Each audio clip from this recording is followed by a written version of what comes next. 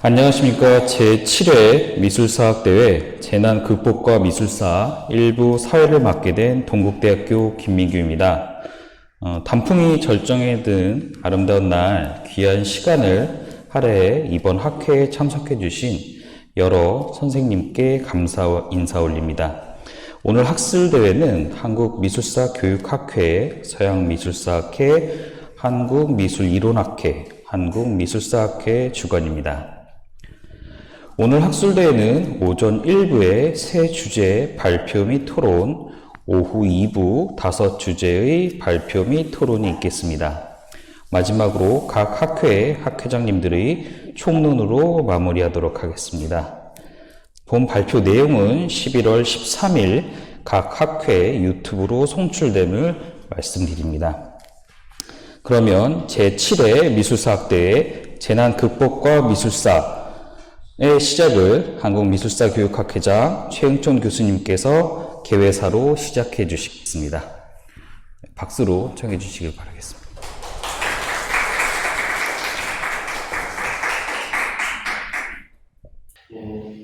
오늘 한국미술사교육학회장 최응촌입니다. 제7회 미술사학회를 저희 학회를 포함하여 서양미술사학회, 한국미술이론학회, 한국미술사학회, 4개 학회가 공동으로 주관해서 재난극복과 미술사를 주제로 학술대회를 개최하게 됐습니다. 불과 2년 전만 해도 이러한 우리한테 전혀 예상치 못했던 상황이 생기려고 아무도 예측하지 못했습니다.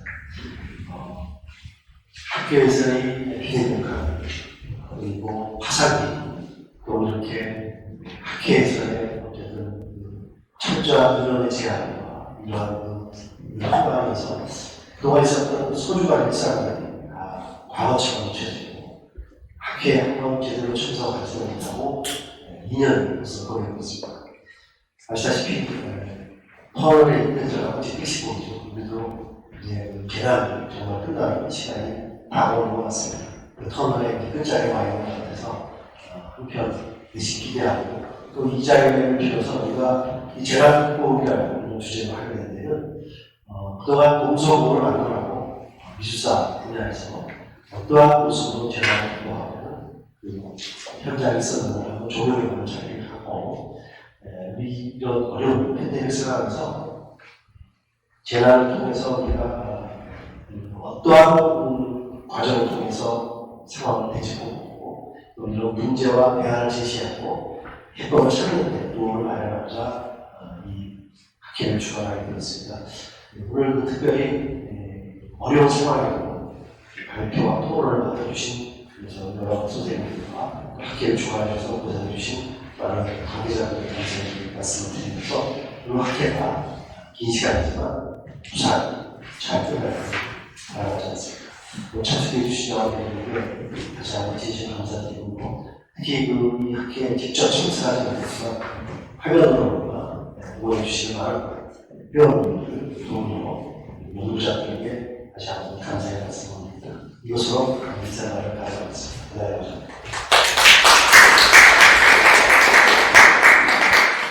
네, 제7회 미술사학대회 재난극복과 미술사 오전 첫 발표를 시작하겠습니다. 오늘 각 발표는 발표 20분과 토론 10분으로 진행되도록 하겠습니다. 첫 발표는 한국외국어대학교 김혜진 교수님께서 진행해 주시겠습니다. 김혜진 교수님께서는 그리스 국립아테네대학교 고전 고고학과 석사 및 박사학위를 취득하셨고 현재 한국외국어대학교에서 그리스 불가리아학과 부교수로 재직 중이십니다. 눈이 그려진 술잔의 페르소나, 고대 그리스 도기화에서 인격화로서의 눈의 도상 등 논문들을 발표해 주고 계십니다. 네, 그럼 박수 부탁드리겠습니다. 네, 안녕하세요. 소개받은 김혜진입니다. 오늘 이렇게 코로나 중에 여러분들 앞에서 이렇게 줌이나 웹엑스가 아닌 상황에서 학회를 참여하게 되는 처음이어가지고 이제 본격적으로 일상으로 돌아갈 수 있는 시작인 것 같아서 마음이 한결 좋습니다. 그러면 제가 그 PPT와 함께 발표문을 중간중간 읽으면서 발표를 시작하도록 하겠습니다.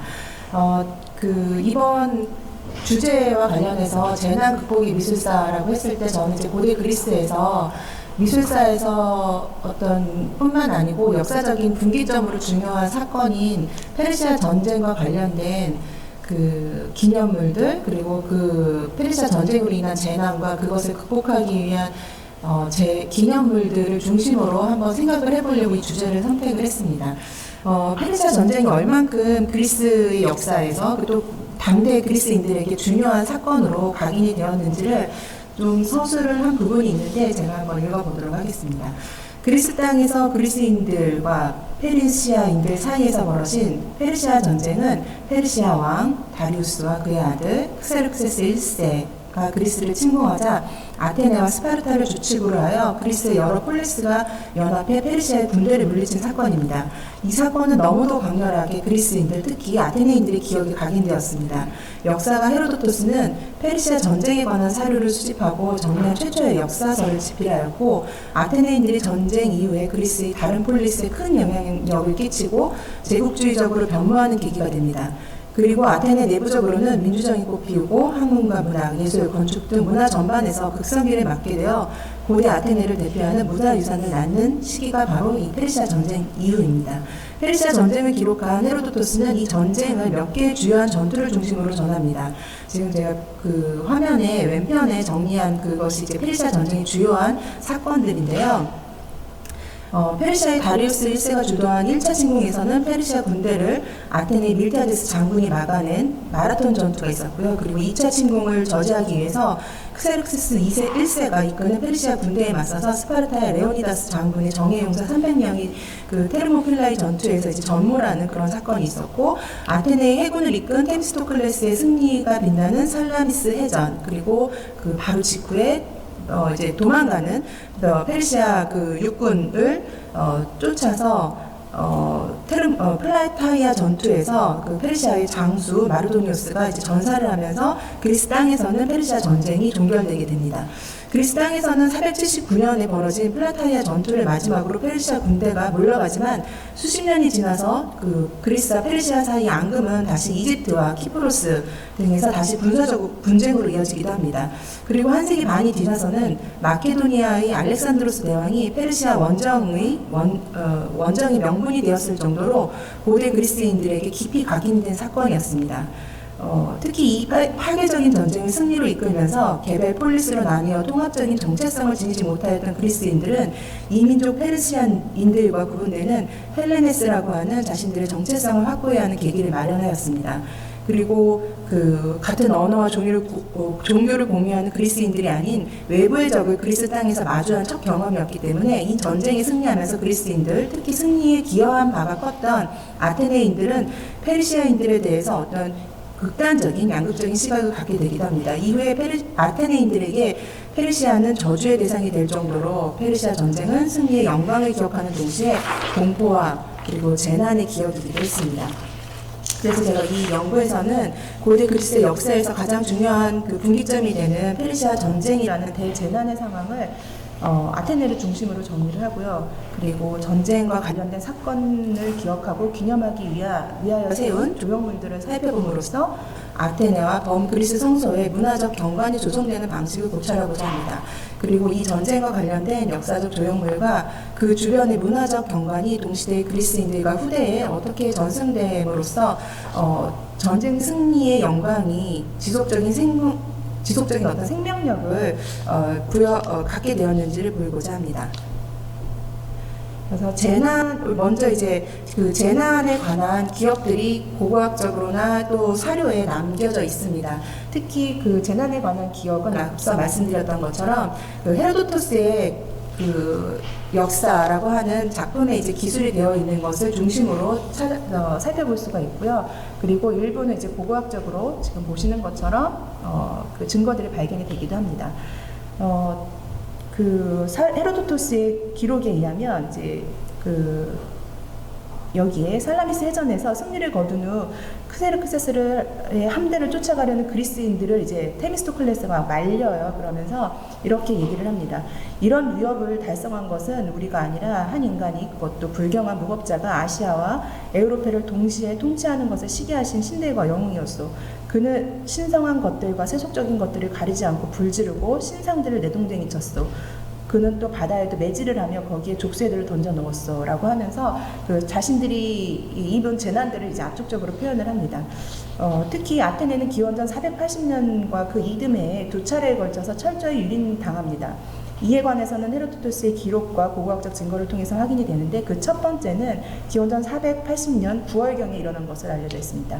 당시 대부분의 아테네인들은 델피의 신탁에 따라서 살라미스 섬위로 피신을 하고 그 아레오파고스 언덕에 자리 잡은 크세르크세스 군대가 도시를 포위해서 아크로폴리스를 함락하고 그 전체에 불을 지르는 광경을 이제 그 섬에서 지켜보게 되었습니다. 이때 아크로폴리스에는 신탁에 언급한 이제 나무 벽을 세워라라고 하는 그런 신탁이 있었는데, 그것을 그 사실은 이제 그 함선으로 이해를 했어야 하는데 목책이라고 곡해한 일부 시민들이 남아서 있었지만 페르시아 군대를 막기에는 역부족이었던 것으로 전해집니다. 크세르크세스의 군대는 예파르테논 신전을 비롯해서 아크로폴리스의 성역 대부분을 파괴를 하였고요. 지금 보시는 아크로폴리스의 그 에렉테이온 북서쪽에 이렇게 구덩이에 당시에 페르시아인들이 아마도 그 파괴를 했거나 아니면 페르시아인들의 파괴를 짐작한 아테네인들이 그 아크로폴리스 위에 있던 봉헌물들을 매장시켰을 것으로 여겨지는 구덩이가 발견이 되었습니다. 그래서 그 19세기 후반에 이루어진 고고학 발견을 통해서 우리가 알고 있는 그 아르카익 시기에 페르시아 전쟁 직전에 이제 그 아크로폴리스에 세워져 있었던 봉헌물들과 주요 기념물들이 발견이 되었습니다. 살라미스 해전에서 이제 대패를 하고 함대에 손실이 생기자 크세르크세스는 본국으로 귀환을 하고요. 그를 이제 마르도니우스만 남기고 육군을 남기고 이제 떠납니다. 그때 그 페르시아 군대는 아티카로 이제 침공을 다시 하면서 그 마르도니우스가 이끈 페르시아 군대는 기원전 479년 6월에 다시 아테네를 점령을 합니다. 그때 이제 그리스인들과 평화 조약을 맺고자 하는데 그리스인들이 뜻에 따르지 않자 이제 더 철저히 아테네를 파괴를 했다고 전합니다. 그의 부대는 도시를 불태우고 성벽이건 집이건 신전이건 똑바로 서 있는 것을 모조리 부수고 허문 뒤에야 철수하였다라고 전해집니다. 이렇게 페르시아 군대에 의해서 아크로폴리스가 파괴된 잔해들, 이것들을 이제 일부 이제 발견을 했는데, 그 대형 대리석 조형물들의 그 잔해가 고고학적으로 발견이 되기도 했습니다. 지금 보시는 건 아크로폴리스의 그 한쪽 측면에서 그 잔해들이 지금 발견이 되어 있는 것이고요. 그리고 이런 그 고고학적 발견은 1800년대 후반에 프랑스 고고학자 샤를 에르네스트 벨레가 아크로폴리스에서 이들 존재를 이제 처음에 발견을 했고요. 이어서 1885년과 89년 사이에 1885년과 1890년 사이에 그리스 고고학자 파나기오스 까바디아스에 의해서 다수의 조각상들 잔해가 확인되면서 세상에 알려지게 되었습니다. 이 중에는 아까 말씀드렸던 것처럼 아르카익 시기의 주요한 그 조각상들이 대부분 포함이 되고요.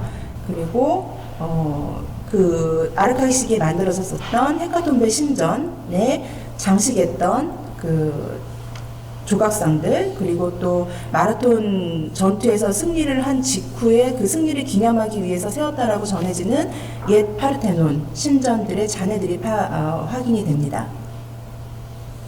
그리고 또 그 아크로폴리스를 점령한 크세르크세스는 그 이제 조형물들을 파괴를 했을 텐데, 그때 그 역시 그 조형물들이 포함되었던 것들 중에 이제 독재자 살해상으로 알려져 있는 그 하르모디우스와 아리스토게이톤의 그 청동 조각상도 페르시아로 가져갔던 것으로 알려져 있습니다. 기원전 480년과 479년에 두 차례에 걸쳐서 페르시아 군대에 유린당한 아크로폴리스는 수십 년간 복원하지 않은 채로 남겨졌습니다. 이러한 현상은 전란 직후에 재정적으로 공공함이 그 원인이었을 것이거나 아니면 플라타이아에서 맺은 어떤 서약 때문으로 여겨집니다. 전승에 따르면 플라타이아 전투, 그러니까 그 페르시아 전쟁이 이제 가장 마지막 그리스에서 벌어진 전투죠. 그 전투에서 승리를 한 다음에 그리스 연합군은 페르시아인들에 의해 파괴된 성소를 재건하지 않겠다고 맹세하였다고 전합니다.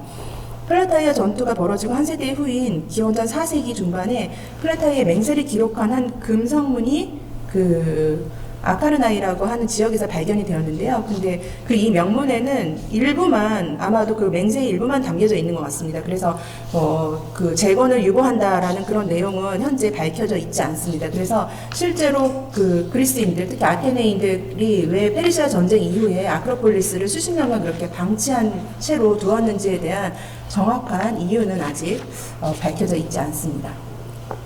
그래서 이 페르시아 전쟁의 이제 여러 전투들 가운데 특히 이제 마라톤 전투에서 승리를 한 뒤에 그리스인, 특히 아테네인들이 그 승리의 기억을 이제 기념물로 남기게 됩니다. 그래서 페르시아 전쟁의 여러 전투 가운데 아테네인들에게 이제 가장 인상적인 승리를 안긴 곳은 마라톤의 평원에서였습니다. 기원전 490년에 벌어진 마라톤 전투에서 아테네인들은 플라타이아인들과 함께 페르시아의 군대를 격파하고 승리를 거두었습니다. 이 승리는 스파르타의 도움이 없이 얻은 것인데다가 아테네에서 추방당했다가 페르시아의 다리우스 1세와 결탁한 창주 히피아스를 패배시킴으로써 아테네의 민주정에 대한 확신을 심어준 중요한 사건이었습니다. 그래서 아테네인들은 이 마라톤에서의 승리를 굉장히 각별하게 여겼고요. 그것에 관해서 그 헤로도토스의 기록에 언급이 됩니다. 아테네인들과 테게아인들이 서로 전투를 앞두고 이제 나중에 10년 후에 벌어진 플라타이아 전투를 앞두고 자신들이 어느 전장에 어느 곳에 이제 배치될 것인가를 막 논쟁을 벌이는 부분이에요. 그런데 이제 10년 전에 있었던 마라톤 전투를 회고를 하면서 아테네인들이 이렇게 설득을 합니다. 우리는 마라톤에서 이룩한 업적만으로도 이런 특권뿐만 아니라 그에 덧붙여서 다른 특권을 누릴 자격이 있어. 그때 우리는 다른 헬라스인의 도움 없이 단독으로 페르시아인들과 싸워 그처럼 엄청난 일을 떠맡았음에도 64개의 부족을 무찌르고 이겼소. 이 업적 하나만으로도 우리는 두 번째 날개를 맡을 자격이 있지 않나요? 라고 하면서 이제 설득을 합니다. 그럴 정도로 이제 아테네인들에게는 이 마라톤에서의 승리가 굉장히 각별했던 것으로 여겨집니다. 그리고 그 승리는 아테네인들뿐만이 아니고 다른 그리스의 폴리스들에게서도 인정받을 만한 것이었던 것 같습니다. 그래서 지금 보시는 건 이제 제가 그 논문에서 주요한 기념물로는 포함을 시키지 않았어요. 왜냐하면 그 아테네의 아고라의 요 붉은색 지역에 있는 그 페인팅 스토어라고 부르는 그 스토어가 이제 있는데 이곳의 기록에 따르면 이곳에서 칼리마코스라고 하는 화가에 의해서 마라톤의 전사들을 포함하여 이 전투의 장면을 그린 벽화가 전시되었다라고 전해지고 있습니다. 그래서 요거는 어떤 봉헌물의 성격이나 그런 것이라기보다는 뭐 그 학자들의 이제 논쟁도 있고 또 이따가 이상도 선생님도 질문하셨던 것처럼 개인 장수에 의해서 의뢰된 측면이 있기 때문에 이제 물론 이제 성격은 굉장히 공공적인 공간에 전시되긴 했지만 국가적 차원에서 만들어진 기념물은 아니었기 때문에 제가 주요하게 다루진 않았습니다. 아무튼 마라톤 전투 이후에 이렇게 아고라 수십 년이 지난 이후에 이 아고라에도 이렇게 마라톤 전투와 관련된 회화가 정시되어 있었다라고 하는 기록이 남겨져 있습니다. 그리고 이제 아크로폴리스의 전승 기념물들이 기념물이나 봉헌물들이 등장을 합니다. 마라톤 전투에서 승리를 거둔 직후에 아테네인들은 옛 파르테논을 짓기 시작을 했습니다. 그래서 이 신전은 전투에서 승리를 기념하고 아테나 여신에게 봉헌을 하기 위한 것으로 알려져 있는데요. 이 신전은 특별히 그리스에서 처음으로 대리석으로 지어졌고요.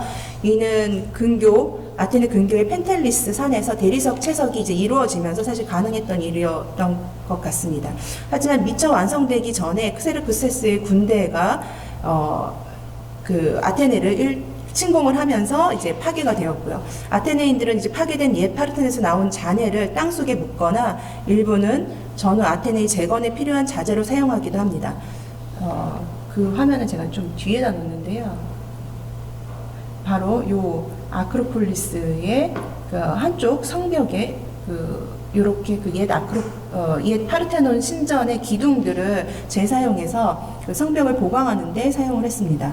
그래서 요것은 이제 아고라에서 요 반대쪽 사면에서 아고라가 요쪽 북서쪽에 있는데 이쪽 사면에서 이제 볼 수 있게 돼서 사람들이 많이 찾는 아고라에서 그 옛 파르테논 신전의 그 잔해들을, 그러니까 그 페르시아인들에 의해서 파괴된 잔해들을 볼 수 있게 했다라는 점에서 또 의미가 있을 것 같습니다. 그리고 이제 파르테논 북쪽에 그 북서쪽에 5m에 달하는 높이의 거대한 마라톤 전투의 기념물이 세워졌습니다. 이것은 지금 화면에 보시는 것인데요. 마라톤 전투에서 전사한 아테네의 장수 칼리마코스를 기리는 것으로 원주형 받침대 위에 니케 형상을 대리석으로 조각한 일명 칼리마코스의 니케상으로 불려집니다. 이 기념물은 전투의 직후인 490년에 아크로폴리스에 세워졌고요. 페르시아 1차 침공이 일어난 기원전 480년경에 파괴된 것으로 알려져 있습니다. 현재는 이렇게 복원상으로 그 원래 모습을 유지해 볼 수가 있습니다. 그리고 아크로폴리스의 건축 프로그램이 본격적으로 재개되기 이전인 기원전 460년경에 키몬의 주도로 페르시아 전쟁에서 승리를 감사하며 아테나 프로마코스 상이 아크로폴리스에 세워졌습니다. 거의 5세기 이후에 이제 로마 시대에 파우사니아스라고 하는 기록자는 이 거대한 아테나의 청동상이 페르시아 전쟁에서 얻은 전리품으로 여인에게 11조를 봉헌한 것이라고 전합니다. 그에 따르면 이 청동상은 페이디에스가 제작하였고 여신의 방패는 조각가 미스가 켄타브로스들과 라피타이아인들의 전투를 장식해 넣었다고 합니다. 그리고 이 청동상의 규모가 엄청나서 그 아티카 반도의 끝에 있는 수니온을 통과해서 이제 아테네로 향하는 뱃사람들이 이 아테나 프로마코스의 창과 투구의 끝부분을 볼 수 있을 정도로 기념비적인 규모였다라고 전해집니다.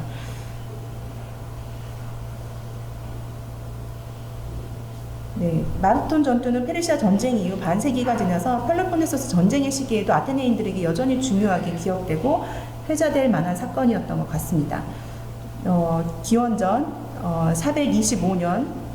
426년경에 펠로폰네소 전쟁의 첫 단계에서 아테네가 승리를 거둔 것을 기념을 해서 아테나 니케 신전이 아크로폴리스의 남동쪽에 건설이 됩니다. 이 신전은 이오니아식 주두로 장식된 4개의 기둥이 신전의 전면과 후면에 설치된 형태의 건축물로 사면의 프리즈가 부조로 장식되어 있습니다. 동쪽 프리즈에는 신들의 모임이 회합이 재현되어 있고요. 나머지 프리즈에는 그리스인들과 페르시아인, 그리스인들과 그리스인들 간의 전투가 재현이 되어 있습니다. 그 중에서 저희가 이제 관심이 있는 것은 이 남쪽의 프리즈에 조각이 되어 있었던 것인데요. 이것은 지금 좀 보존 상태가 좋진 않지만 여기서 페르시아인들의 그 복장과 그리고 또 궁수들 그리고 또 그 아테네인 중무장 보병 호플리테스라고 일컫는 그 중무장 보병들의 모습이 명확하게 확인이 돼서 이렇게 그 기념비적인 건축물을 장식하는데 역사적인 전투, 아마도 마라톤 전투가 기록된 최초의 사례일 것으로 여겨집니다. 그리고 이제 마라톤에서도 그 전쟁이 실제로 이제 벌어졌던 마라톤에서도 기념물이 만들어집니다. 마라톤 전투는 아테네인들이 적은 수의 중장 보병으로 구성된 밀집된 형태의 보병 군단인 그 팔랑크스를 이끌고 페르시아 대군을 물리쳐긴 상징적인 전투로 기억되는데 이것을 기념하기 위해서 그 트로파이온이라고 하는 새로운 형식의 조형 물이 탄생이 됩니다. 트로파이온은 지금 이 도기화에 나와 있는 것처럼 그 전장에서 군대가 이제 적군의 군대가 대열을 흐트러뜨려서 이제 돌아가는 상황, 트로페라고 하는데 그것을 이제 기념해서 트로파이온이라고 하는 이제 승리한 쪽이 만드는 기념물이에요. 그런데 전장에서 만들기 때문에 영구적인 재료를 사용하기가 어렵고 그냥 나무 기둥에다가 적군에게서 얻은 전리품 가운데 투구와 갑옷, 이제 무기들을 이렇게 세워가지고 자신들이 그 현장에서 만드는 간소한 전승 기념물이었던 것으로 알려져 있습니다. 그래서 그 재료 자체가 영구적이지 않기 때문에 현재 남겨져 있는 것은 없고 이렇게 도기화를 통해서 그 모습을 유추해 볼 뿐입니다. 그런데 그 마라톤 전투에서도 아마 일시적인 그 트로파이온이 만들어졌을 텐데 그것은 후대에 전하지 않고요. 나중에 파우사니아스에 의해서 이 곳에서 있었던 그 전승 기념물의 영구적인 형태의 트로파이온이 후에 다시 세워졌는데 그것에 대한 기록들이 전해집니다. 그래서 그 존재만이 그 문헌으로 전해지다가 20세기 후반에 고고학자들에 의해서 그 잔해가 밝혀졌습니다. 지금 보시는 것처럼 아마도 그 이오니아식 주두를 받침대로 하고 그 위에는 조각상이 세워져 있었을 것이라고 유추가 되는데요. 그 조각상이 좀 더 증거들이 나오기 전까지는 확신할 수 없지만 여기 이렇게 기울어지는 어떤 그 단면들을 통해서 어떤 고고학자들은 이곳에 지금 아마존과 그 테세우스가 싸우고 있는 그런 군상이 여기 세워졌을 것이다라고 또 그 가설을 제기하는 경우도 있습니다. 그래서 그 마라톤 전투를 기념하기 위해서 이제 아크로폴리스와 이렇게 마라톤 전장 그곳에서도 기념물들이 세워지는 것을 볼 수가 있습니다. 그 밖에 이제 마라톤 전투 외에 그 2차 페르시아 침공 이후에 벌어진 전투들이죠. 살라미스 해전과 플라타이아 전투 이후에 만들어진 기념물들이 있습니다. 프시탈레이아라고 하는 그 살라미스 섬에서 멀지 않아 아주 작은 섬인데 이곳에서 그 아리스테이데스라고 하는 아테네인이 그곳에 잠복해 있던 페르시아 군대를 이제 섬멸을 하면서 큰 공을 세워요. 그래서 그곳에 트로파이온을 세웠다라는 기록이 있고요. 고고학 조사를 통해서 이제 파편들이 발견이 되긴 했지만 그것이 이제 트로파이온의 파편들인지는 사실 증명하기 좀 어려운 수준으로 현재는 그 고고학 증거들은 거의 없는 것으로 알려져 있습니다. 다만 이제 문헌을 통해서 이후에 고전기 이후에 헬레니즘 시대까지도 이곳에서 그 아테네의 시민들이 될 젊은 남성들이 제사를 지냈던 것으로 보여져서 그런 기록이 있어서 그 트로파이온의 존재 자체는 저희가 의심할 수는 없을 것 같습니다. 그리고 이제 플라타이아 전투가 있었던 플라타이아 지역에서도 트로파이온을 세운 것으로 전해집니다.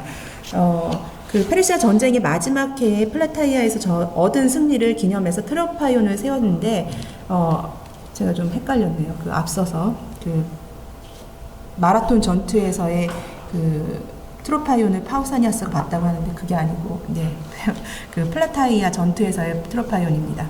파우사니아스가 그 플라타이아에 세워진 트로파이온을 이제 직접 보았다라고 로마 시대에 기록을 합니다. 그런데 헤로도토스는 그 전쟁이 일어난 직후에 기록한 그 헤로도토스는 이 트로파이온에 대해서는 기록을 하지 않고 있거든요. 그래서 아마도 짐작컨대 현장에는 일시적인 기념물이 없다가 나중에 영구적인 형태로 로마 시대까지 유지될 수 있었던 형태로 트로파이온이 있었던 것이 아닌가라고 유추를 해볼 수가 있습니다. 그리고 이 플라타이아 전투에서는 아테네인들보다는 이제 스파르타인들이 더 큰 공을 세우거든요. 그래서 아테네인들이 이곳에 트로파이온을 세우는데 그렇게 주도적인 역할은 하지 않았을 것으로 보이고 스파르타인들은 전통적으로 기념비적인 건축물이나 조형물을 잘 세우지 않는 그런 그 폴리스였기 때문에 아마도 전쟁이 일어난 이후에 한참 후에 이렇게 트로파이온을 세운 것으로 유추해 볼 수가 있습니다. 그리고 이제 그 전투가 이루어졌던 지역들뿐만이 아니고 그리스의 성소에서도 이렇게 기념물들을 세웁니다. 그래서 델피에 있는 아폴론의 성소라던가 올림피아에 있는 제우스의 성소, 또 이스티미아에 있는 포세이돈 성소에도 감사의 봉헌물들을 그 아테네인들뿐만이 아니고 여러 연합했던 그 폴리스들이 함께 봉헌물들을 세운 것으로 전해집니다. 특히 이제 델피에 세워져 있었던 조형물은 이렇게 원래는 이 위쪽에 황금 세발솥, 다리가 셋이 달려 있는 이렇게 그 솥이 있었다라고 하는데 그것은 현재 없어지고요. 그리고 요것들은 이제 나중에 그 사라졌다가 후에 콘스탄티누스 대제에 의해서 콘스탄티노플에 전시가 되어서 현재까지도 이스탄불에 그 일부가 남겨져 있습니다. 여기에는 이제 명문이 새겨져 있는데 그 플라타이아 전투에 그 같이 연합을 했던 그리스의 폴리스들의 이름들 31개의 폴리스들의 이름이 여기에 새겨져 있습니다. 그래서 그리스 아테네인들뿐만이 아니고 이제 그리스인들이 함께 이룬 그 승리의 기억들을 그 그리스 그리스 성소라고 일컬어지는 여러 곳에 세워진 것으로 보여집니다. 그래서 이게 이제 명문의 흔적들이고요. 그 지역들을 좀 지도로 표시해 봤어요. 사실 제가 그 페르시아 전쟁과 관련된 기념물들을 전수조사하지 못하고 발표문을 마무리했는데 개인적인 사정 때문에 그 지금 발표의 내용에 담은 지역들을 표기를 해보면 붉은색으로 표시된 곳입니다. 그래서 아테네는 뭐 점 하나로 표기되지만 여기 프시탈레이아, 뭐 플라타이아, 마라톤, 이스티미아, 델피, 올림피아 등이 있고요. 그리고 또 나중에 이제 제가 논문으로 발전시킬 때는 더 추가적으로 하겠지만 뭐 아테네인들이 이제 델피에도 또 그 보물 창고라고 불리는 보고를 만들기도 하고요. 스토아도 만들고 또 그 네메시스의 조각상이 아테네 근교의 아티카 지역에 있는 람누스라고 하는 또 그 지역에 또 세워지기도 합니다. 그래서 이런 모든 건축 프로그램의 사실 정점에는 아크로폴리스의 파르테논이 위치를 합니다. 페리클레스와 페이디아스가 만든 이 건축물은 페르시아 전쟁에 관한 직접적인 언급을 하지 않는다라고 다들 알고 계시는 것 같아요. 그 파르테논에는 수호신 아테나의 탄생과 승리, 이것이 이제 그 신전의 동쪽과 서쪽 페디먼트에 장식이 되어 있고요. 그리스인들의 승리를 비유적으로 암시하는 신화적 전투들이 이제 메토프에 장식이 되고, 그리고 또 안쪽 프리즈에는 파네타네의 축제의 행렬과 그들을 지켜보는 신들의 회합이 재현될 뿐입니다. 그래서 어디에서도 이제 역사적인 페르시아 전쟁에 관한 언급은 없습니다. 신들과 아테네인들은 한 자리에 모여서 그들이 이뤄낸 위대한 성취, 아마도 이제 페르시아 전쟁을 누가 봐도 이제 페르시아 전쟁을 의미를 했을 텐데 그것들을 이제 누리고 축제의 분위기를 대리석에 새겼습니다. 그리스 고고학자 이제 발라바니스라고 하는 분은 고전기 아크로폴리스의 건축 프로그램을 이제 조망을 하면서 페르시아 전쟁 이후 도시가 원하는 새로운 힘의 메시지를 역동적으로 전달하기 위해서 신화와 역사의 다양한 도상 주제를 사용하였다고 보고, 신화와 역사를 통해서 도시의 과거와 현재를 건축물의 장식으로 새겨 넣음으로써 기억의 경관을 재구성했다라고 평가를 합니다. 페리클레스와 페디아스가 그러한 이렇게 그 당대의 페르시아 전쟁 이제 수십 년이 지난 다음에 아크로폴리스를 재건을 하면서 그 건축 프로그램을 주도했던 페리클레스와 페디아스는 그러한 메시지를 아크로폴리스를 방문하는 대다수의 사람들에게 과연 전달을 했을까? 에 대한 질문은 약간 회의적입니다. 그 대답은 회의적입니다. 왜냐하면 이 모든 사람들이 이렇게 암시적으로 또 신화에 대한 어떤 그런 알레고리적으로 풍겨진 그 페르시아 전쟁에 대한 승리와 그러한 비유들을 모두 이해하지는 못했을 것이라고 봅니다. 하지만 거대한 조각상과 웅장한 건축물, 화려한 건축 장식은 아테네 시민들의 자부심과 자긍심을 확고히 하도록 작용했을 것이라는 점은 부인하기가 어렵습니다. 마찬가지로 아테네의 아크로폴리스와 아고라, 델피, 올림피아, 이스티미아 등 범그리스의 성소에 세워진 페르시아 전쟁을 승리로 이끈 기억의 산물은 그곳을 찾은 아테네인들 뿐만이 아니고 그리스인들에게 전쟁을 극복하기 위한 어떤 노력을 보여주는 어떤 가시적인 그러한 그 결과물이었던 것으로 보여집니다. 그래서 오늘 발표는 여기까지 하겠습니다. 감사합니다. 네, 김혜진 교수님께서 문학과 영화 등으로 잘 알려져 있는 페르시아 전쟁을 통해 파괴된 유적 흔적과 새롭게 조성되었던 여러 미술품들의 의미에 대해서 말씀해 주셨습니다. 이에 대한 토론으로 이상덕 경희대학교 교수님께서 토론을 해주시겠습니다. 이상덕 교수님께서는 고려대 사학과 학사 석사, 런던대 고전학 박사, 그리고 현재 경희대학교 HK 교수로 재직 중이십니다. 고대 그리스사 중 그리스인들이 어떻게 신화의 이미지를 활용했는지를 연구하고 계십니다. 교수님 모셔서 토론을 듣도록 하겠습니다. 네, 안녕하세요. 네, 제7회 미술사학대회 재난극복과 미술사에 이렇게 초대해 주셔서 정말 감사드립니다. 저는 경희대학교 HK 플러스 통합의료인문학 연구단에서 HK 교수를 맡고 있는 이상덕입니다. 저는 토론문을 준비를 해서요. 그거를 그대로 읽는 방식으로 진행을 하겠습니다. 김혜진 선생님 발표문 정말 감사하게 잘 읽었습니다. 본 발표문은 페르시아 전쟁을 경험하면서 겪은 재난과 승리를 아테네인들이 어떻게 기억하였는가의 문제를 고고학적 증거를 통해 살펴보았습니다. 전체적인 결과를 통해 페르시아 전쟁이 아테네뿐 아니라 그리스 전역에 어떠한 영향을 주었는지 알 수 있었습니다. 다만 개괄적인 연구의 일반화 문제가 이 발표문에도 있는 것으로 보입니다. 선생님께서 사용하시는 증거들의 연대와 의미가 면밀히 살펴보면 많은 학자들 사이에서 논쟁이 되고 있는 부분이 많기 때문입니다. 근데 저희 고대사 하는 사람들은 다 이런 문제를 겪고 있어요. 그래서 전반적인 고고학 증거들을 모아서 어떤 일반화된 논제를 이끌어내려면 이런 문제들을 할 수 없이 겪을 수밖에 없습니다.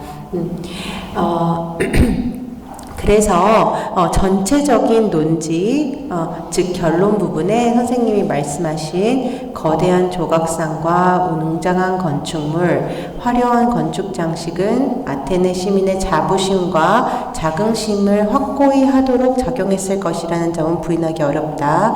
마찬가지로 아테네의 아크로폴리스와 아고라, 델피와 올림피아, 이스미아 등 범그리스의 성소에 세워진 페르시아 전쟁을 승리로 이끈 기억의 산물은 그것을 찾는 아테네인들과 다른 그리스인들에게 전쟁을 극복을 위한 가시적 노력이자 그 과정의 성취를 드러낸 결과였다라고 주장하시는 것에는 충분히 동의합니다.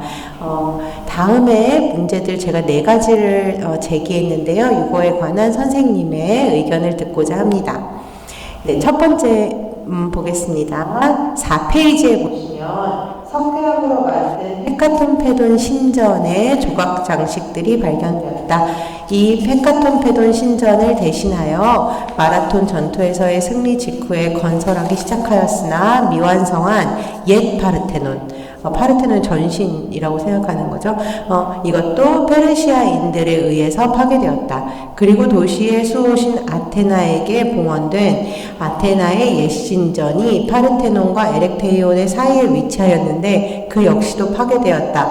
이 부분 선생님들도 읽어보시면은 조금 헷갈리실 거예요. 이게 여기가 헷갈리는 역사를 가지고 있기는 합니다. 그래서 이 부분은 맞으면서도 선후관계가 명확하지 않은 느낌입니다. 헤카톤페돈은 기원전 566년 판아테나이아 제전이 확대되면서 확장되었고, 이건 저희가 아는 고고학적 고증들입니다. 문헌학적 고증들도 있고요. 고 아테나 신전은 원래 제단과 작은 경당의 모습이었을 텐데 기원전 520년경 페이시스트라토스를 기리면서 그의 아들들이 증축해서 세웠습니다.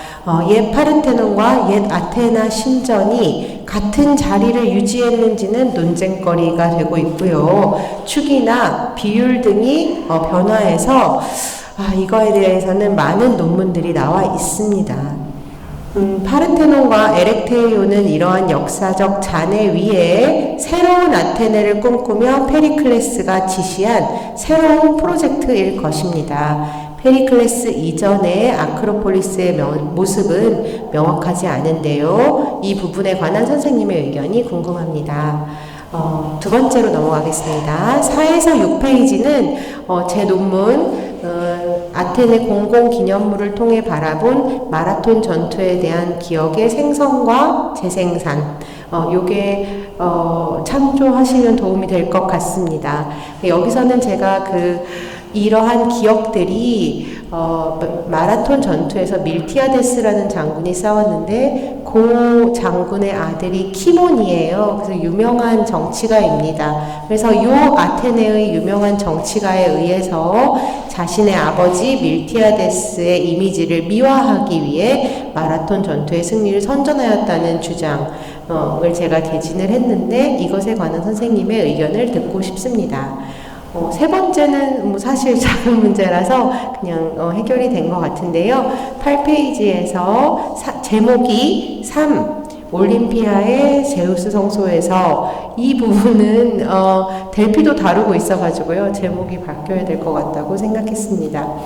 네 번째 마지막인데요. 페르시아 전쟁이 끝난 후에 아테네인들의 반응을 펠로폰네소스 전쟁이 끝난 후의 반응과 비교하면 그 차이가 더 잘 드러날 것 같습니다.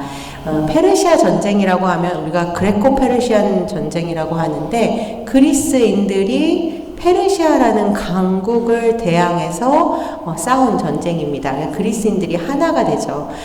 그런데 펠로폰네소스 전쟁 같은 경우는 그리스 내부에서의 폴리스 간의 그 경쟁입니다. 그래서 어떤 대국을 상대로 싸운 것과 그 내부에서의 싸움, 요 전쟁 두 가지의 이후에 그리스인들의 반응이 매우 다릅니다.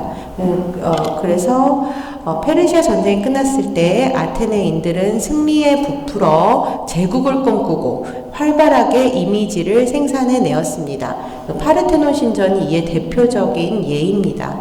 그러나 펠로폰네소스 전쟁 이후에는 전쟁에 대한 환멸과 좌절감 등이 특히 비극 작품들에서 많이 느껴집니다.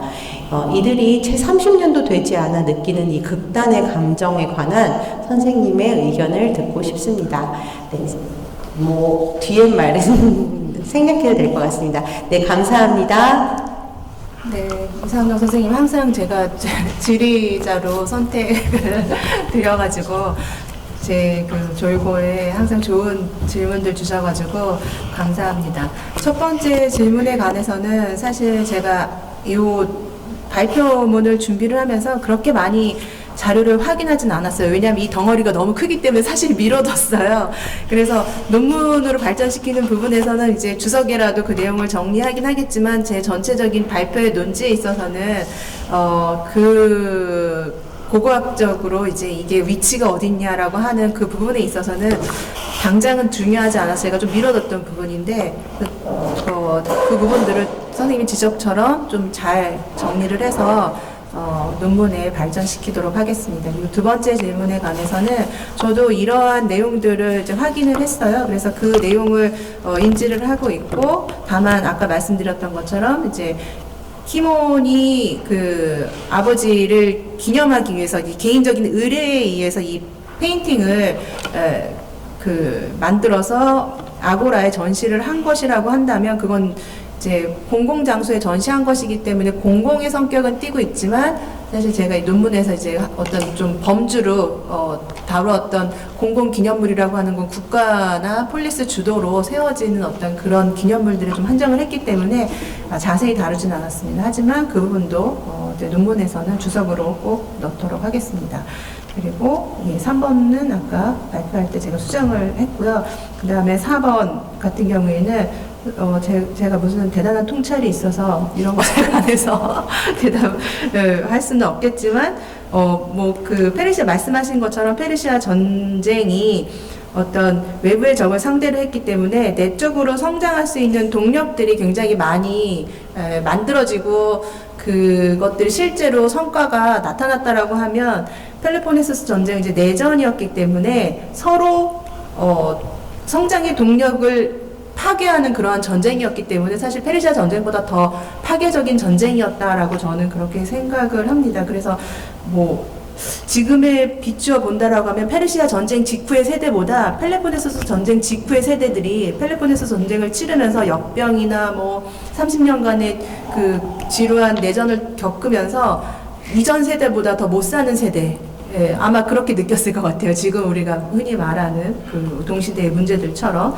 그래서 그런 부분에서 본다고 하면 그리스 남쪽에서의 그러한 동력을 잃은 상황들이 지속이 됐지만 오히려 새로이 그리스 북쪽에서 새로운 또 세력이 부상할 수 있는, 마케도니아라고 하는 세력이 부상할 수 있는 또 다른 배경을 제시해 주지 않았나라는 생각이 듭니다. 그래서 아테네를 중심으로 계속 헤게모니가 지속이 되었다라고 하면 마케도니아 등장은 또 볼 수 없었을 거고 알렉산드로스 대왕 같은 그런 역사도 없지 않았을까라는 생각이 듭니다.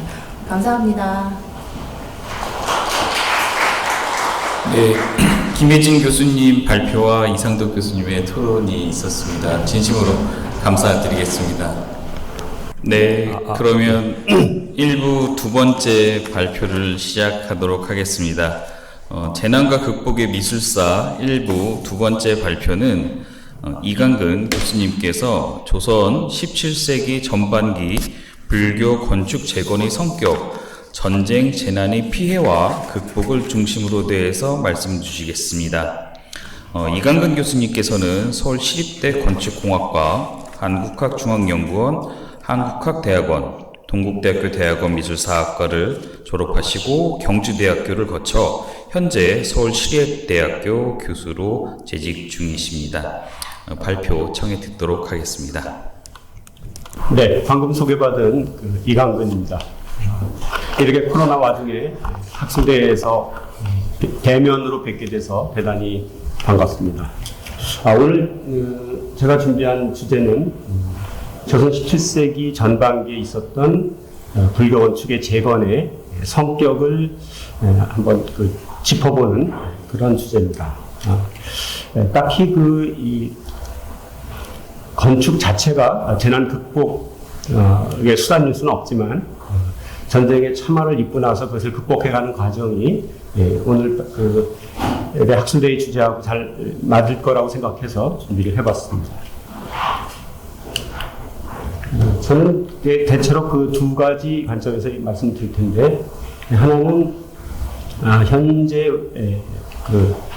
우리가 사용하고 있는 이 개설서, 그리고 일제강점기에 나왔던 일본인들에 의한 통사부의 개설서에서 임진왜란이라고 하는 걸 어떻게 다루고 있는지를 잠깐 들여다보고, 그걸 발판으로 해서 당시의 기록에 나타나는 전쟁 재난과 재변의 성격을 짚어보는 순으로 그렇게 해보겠습니다. 머릿말은 잠깐 읽겠습니다. 16세기 말 일본의 조선 침략 전쟁으로 발생한 참혹한 재난 가운데 특별히 불교 사원의 전면적 파괴와 극복 과정에 관심을 두고 연구를 했습니다. 그러나 전쟁 이전의 현황은 알 수가 없습니다. 목록이 남아있지 않습니다. 일본의 약탈과 강화로 없어졌기 때문에 그렇습니다.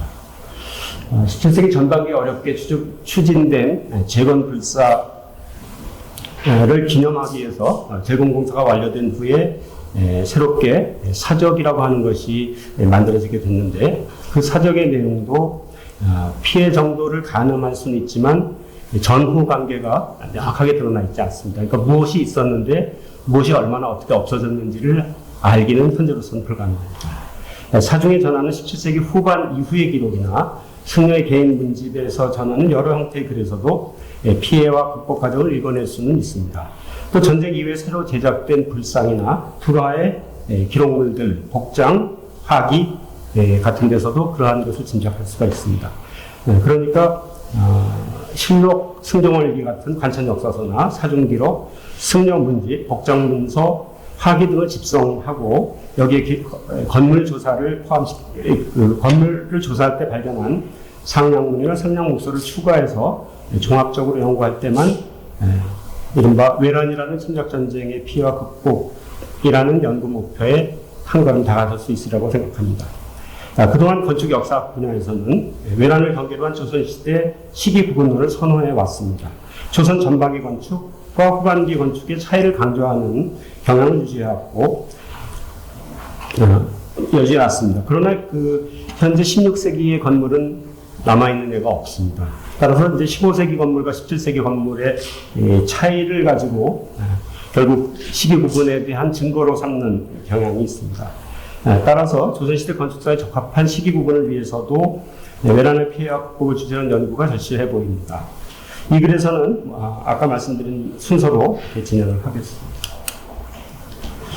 개설사라고 할 수는 없겠습니다만 통사적인 저술이 일제강점기 때 있었습니다.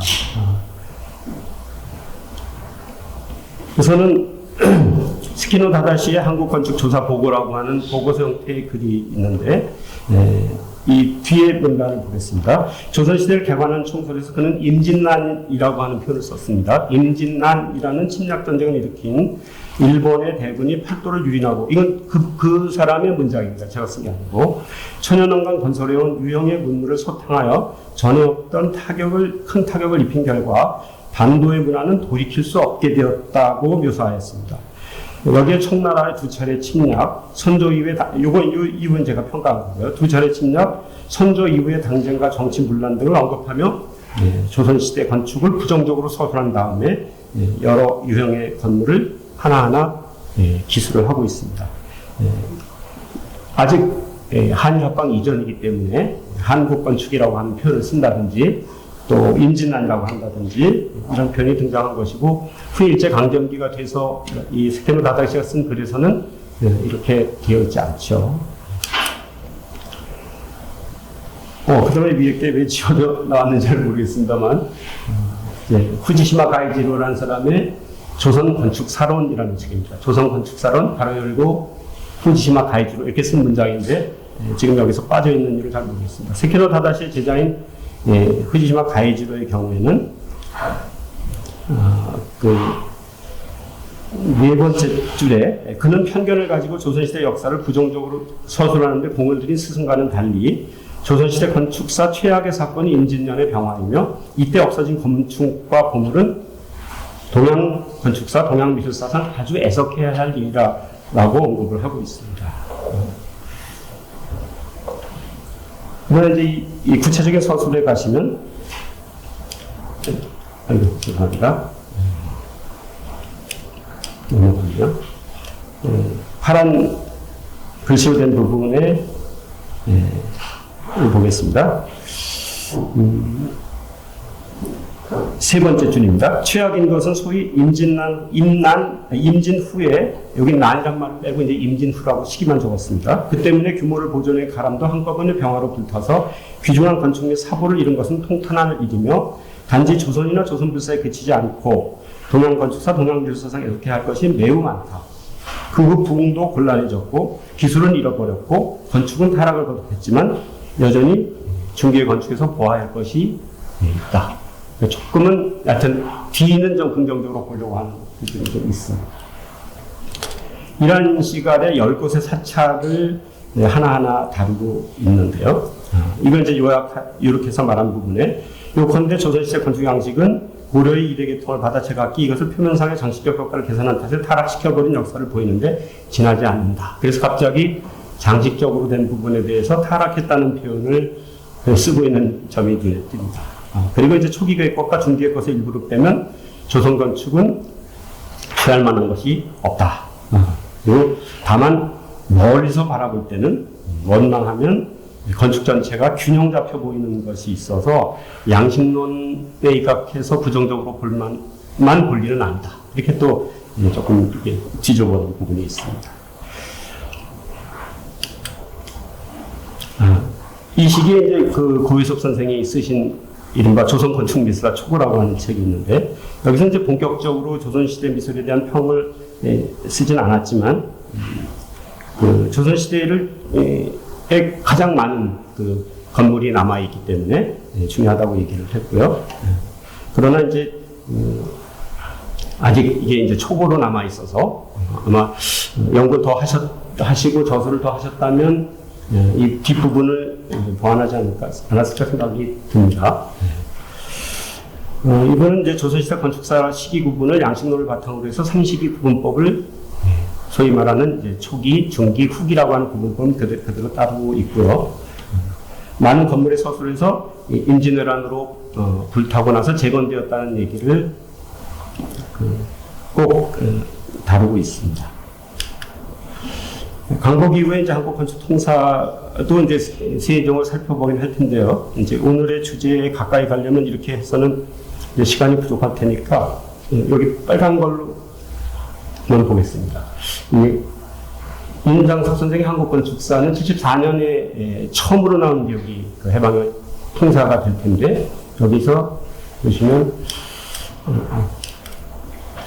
외란의 피해와 성찰하는 표, 이게 안 나오는군요. 빨간 글씨 있는데 그 문단만 보겠습니다. 다만 외란의 피해와 상처라는 표현을 쓴 점, 그 다음에 전시기를 초, 중, 후 3기로 구분하되 초기를 임진왜란을 경계로 한 1392년에서 1592년까지로 정한 점이 눈에 띕니다.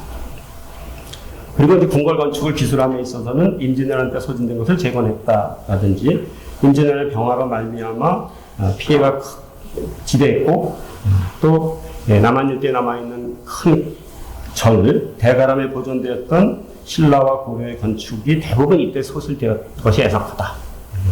앞에 일본인 학자들이 했던 얘기가 크게 달라진 점은 없는 것 같습니다. 그리고 이제 북한의 그 유일한 건축 통사인 조선건축사, 리화선의 조선건축사에서는 두 번째 문단 보겠습니다. 리조 건축은 리조라고 하는 물을 쓰고 있죠. 16세기 말 17세기 초를 경계로 해서 전반기와 후반기로 나눠진다. 일본의 16세기 말에 일본의 침략과 외란이죠. 17세기 초 청나라 침략에 의해서 무참히 이제 농촌이 도시와 농촌이 무참히 파괴됐기 때문에 이제 건축도 거기에 포함시켜서 말하는 것 같고요. 따라서 이제 침략자들을 반대하는 전쟁 기간 막대한 인적 물적 자원이 전쟁 치는데 충당되었다. 피해 복구에 대해서는 전 오랜 기간에 걸치는 복구 건설 과정을 거쳐서 18세기 중엽에 이르러서야 생산력이 발전하고 공급 문화가 발전하기 시작하여서 이제 결국 이때 가서나 극복되었다. 이런 거죠. 임진 조국 전쟁이라고 하는 언어를 이제 북한에서 쓰고 있습니다. 이제 세 번째 살펴볼 것이 최근에 가장 많이 교재로 채택되고 있는 김동욱 선생의 개정 한국 건축의 역사라고 하는 책인데 여기서는 그동안의 임진왜란을 역사학의 시기 구분의 분기점으로 사용하는 것에 대해서 문제를 제기를 했습니다. 그래서 그렇게 되니까 결국 전후에 전기와 후기를 나눠서 보고 후기에는 뭔가 전쟁의 피해 상황을 극복하지 못한 상태에서 건축에서 쇠퇴한 부분이 보인다라고 하는 결론을 냈는데 이건 이제 전쟁을 시기 구분의 기준으로 삼았기 때문에 이런 결과에 자연스럽게 도달한 게 아니겠느냐. 그래서 이제 이분은 그 세 번째 문단입니다만 17세기 이후 건축에 대한 연구가 최근에 많이 늘어서 어떤 주장들이 많이 나왔냐면 결국 17세기 후반 이후에 사회경제적 변화가 일어나고 그걸 바탕으로 해서 건축상의 변화가 일어났기 때문에 17세기 후반서부터는 시기 구분을 하고 17세기 전반까지는 앞시기에 속하는 것으로 봐야 된다. 따라서 임진왜란을 경계로 한 시기 구분은 적절치 않다. 이렇게 얘기하고 있습니다. 다만 이제 이분의 연구에서도 역시 구체적으로 어떤 피해 상황이 있었고 어떤 과정을 거쳐서 복구해 갔는지에 대한 문제는 사실은 이제 누락이 되어 있는 거죠. 자, 실제 이제 당시의 기록으로 살펴본 이제 전쟁 재난과 재건의 획격을 보겠습니다. 이른바 이제 임진왜란서부터 무술전까지 지속된 외란이라 불리는 일본의 침략 전쟁 기간에 얼마나 많은 사람이 죽었는지, 얼마나 많은 물건이 약탈됐는지, 또 얼마나 많은 건물과 재화 보물이 불타 없어졌는지를 정리한 분호는 사실 없습니다. 임진년 국왕이 피난길에 오른 4월 30일 이후에 실록 기사는 피난 일기일 뿐 국정 정반에 대해서는 물론 전황에 대한 기록으로서도 턱없이 부족합니다. 외적이 이른 곳마다 파괴, 살인, 약탈, 방화가 수없이 자행되었을 것이지만 어디에도 그런 구체적인 기록은 없습니다. 오히려 파죽지세로 침략전쟁을 유도한 외군 쪽 기록을 보아야 무엇이 있었는데 무엇이 있었고 무엇이 없어졌고 하는 것을 알 수 있다는 얘기입니다. 종군 승려들이 작성한 조선 일기류의 기록의 가치가 높은 것도 그런 사정 때문입니다. 그러나 그렇더라도 그들이 약탈품과 코 숫자, 사람을 죽이고 코를 베어가는 얘기죠. 대한 목록은 전리품으로 작성했겠지만 파괴하고 인멸한 대상에 대한 기록은 예외적으로 그들이 주둔한 곳이나 공격할 점령한 곳 이외에는 남아있는 것이 없습니다. 그렇기 때문에 우리 사중에 남아있는 기록이 중요하다는 말씀입니다. 불국사나 화엄사가 무기를 규칙해 두었다가 외적에게 발각된 탓에 완전히 소실되었다는 기록이 사중 기록에 남아 있습니다. 대부분의 사찰은 승군의 저항을 빌미로 외군의 공격 목표가 되었고 무차별적인 파괴 대상이 되었을 것입니다. 더구나 외적들에게 조선의 우수한 물화는 처음부터 약탈 대상이 되었을 것이고 전리품이란 이름으로 일본의 땅에 보내졌을 것입니다. 이런 상황에서 불교의 가르침에도 불구하고 불교계가 외적이 우리 땅을 침략해서 일으킨 전쟁에 승병을 조직하고 참전하기로 한 것은 당연한 결정이었을 것입니다. 승장 유정은 참전 이유를 다음과 같이 설명하고 있습니다. 신유정은 미록과 같이 큰 사슴이라는 뜻입니다. 같이 산에 사는 몸으로서 이륜에 버림받은 물건인지라 부자의 은혜도 모르는데 하물며 권신의 의리를 어찌 알겠습니까? 시련이 하늘까지 있다 혈기 있는 자는 모두가 일어났으니 라는 것, 나무를 깎아 들고 일어난 것, 흥세상 부득이한 것이었다. 이렇게 얘기를 했고요. 결국 그 밑에 있는 얘기는 200년 동안 키워온 이 조선이 결국 민생이 결단나고 살아남은 자가 몇이나 되겠냐고 하면서 이제 참전하게 된 동기를 승려로서 거기에 대해서 이제 훗날 송은유정이 입적한 뒤에 부유선수라고 하는 분이 쓴 그의 만장에는 뭐라고 얘기했냐면 복례산 운무 속 높은 곳에 누워있다가 흉적의 침략 소식을 듣고 깊은 산에서 나와 자기 한 몸을 입고 나라를 위해 충주를 바쳤다라고 노래를 하고 있습니다. 기록을 본 불교 사원의 파괴 양상을 좀 보겠습니다. 우선 그 현존하는 건물 가운데서 임진왜란 이전의 건물, 그러니까 고려나 조선 시기 건물들은 대체로 부속사, 해인사, 거주원, 봉정사, 관료공사, 순천, 송광사, 무기사, 도갑사, 도림사, 서산, 대심사, 홍성, 고산사, 장국사, 오재산, 정멸, 보궁 등에 남아있을 뿐입니다. 그 외의 사찰들은 전부 파괴되고 재건된 것이죠. 임진 계산년간에 피해 입었던 사찰들은 외군의 진경로와 퇴강로 부근에 있었던 절들이고 범어사, 통도사, 불국사, 동화사, 영천은혜사, 화엄사 등이 거기에 속합니다. 7년 이후에 1597년에 다시 일어났던 정유회란 때도 호남 지역이 집중적으로 피해를 입게 되는데 이때 여수, 흥국사, 금산사, 선운사, 법주사 등이 전속되었습니다. 그런데 이러한 기록은 물론 관찬사선 같은 데는 나오지 않습니다. 이건 전부 사전 기록에서 확인하고 정리를 한 것입니다. 불국사의 경우에는 고금창기라고 하는 곳에 다음과 같은 기록이 있습니다. 대명 만력 21년, 선조 26년 개사 5월 외구가 육지에 백성들과 물건을 노략질할 때 좌병선은 정의한 공검을 비밀리에 본사 지장전 벽사에 옮겨다 감추었다. 외군을 이제 낮춰 부른 거겠죠. 외노 수십 명이 저해와 불상과 기타 재반시설과 건물의 아름다움을 보고 감탄하며 다투어 감상을 하다가 병과 총기가 감춰져 있는 것을 보고 놀라 꽃 속에는 독충이 있는 법이다라고 하면서 8사람을 밟아 죽이고 100개의 방을 불살라 버렸다. 이하 피해 상황 2천여 칸이 모두 불탔다. 뭐 그런 얘기가 정리가 돼 있고 이어서 이제 이 이후에 한 70여 년 지나서 겨우 재건 공사가 이루어졌다. 뭐 이런 표가 나옵니다. 화엄사도 비슷한 내용이 있죠. 이때 절안의 무기를 저장하고 절의 승려들이 결속하여 일어섰으므로 일본군은 절을 공격하여 불을 지르고 당후 5천여 칸이과 수도한 절의 부물이 함께 불에 탔다. 그래서 폐허를 보고 분개하고 눈물을 흘리고 재건을 맹세하였다. 난중 장록이라고 하는 것은 이제 정사로 취급받지 못하고 야사로 분류되고 있습니다만 개인의 기록이기 때문에 개인의 전쟁 기록이죠.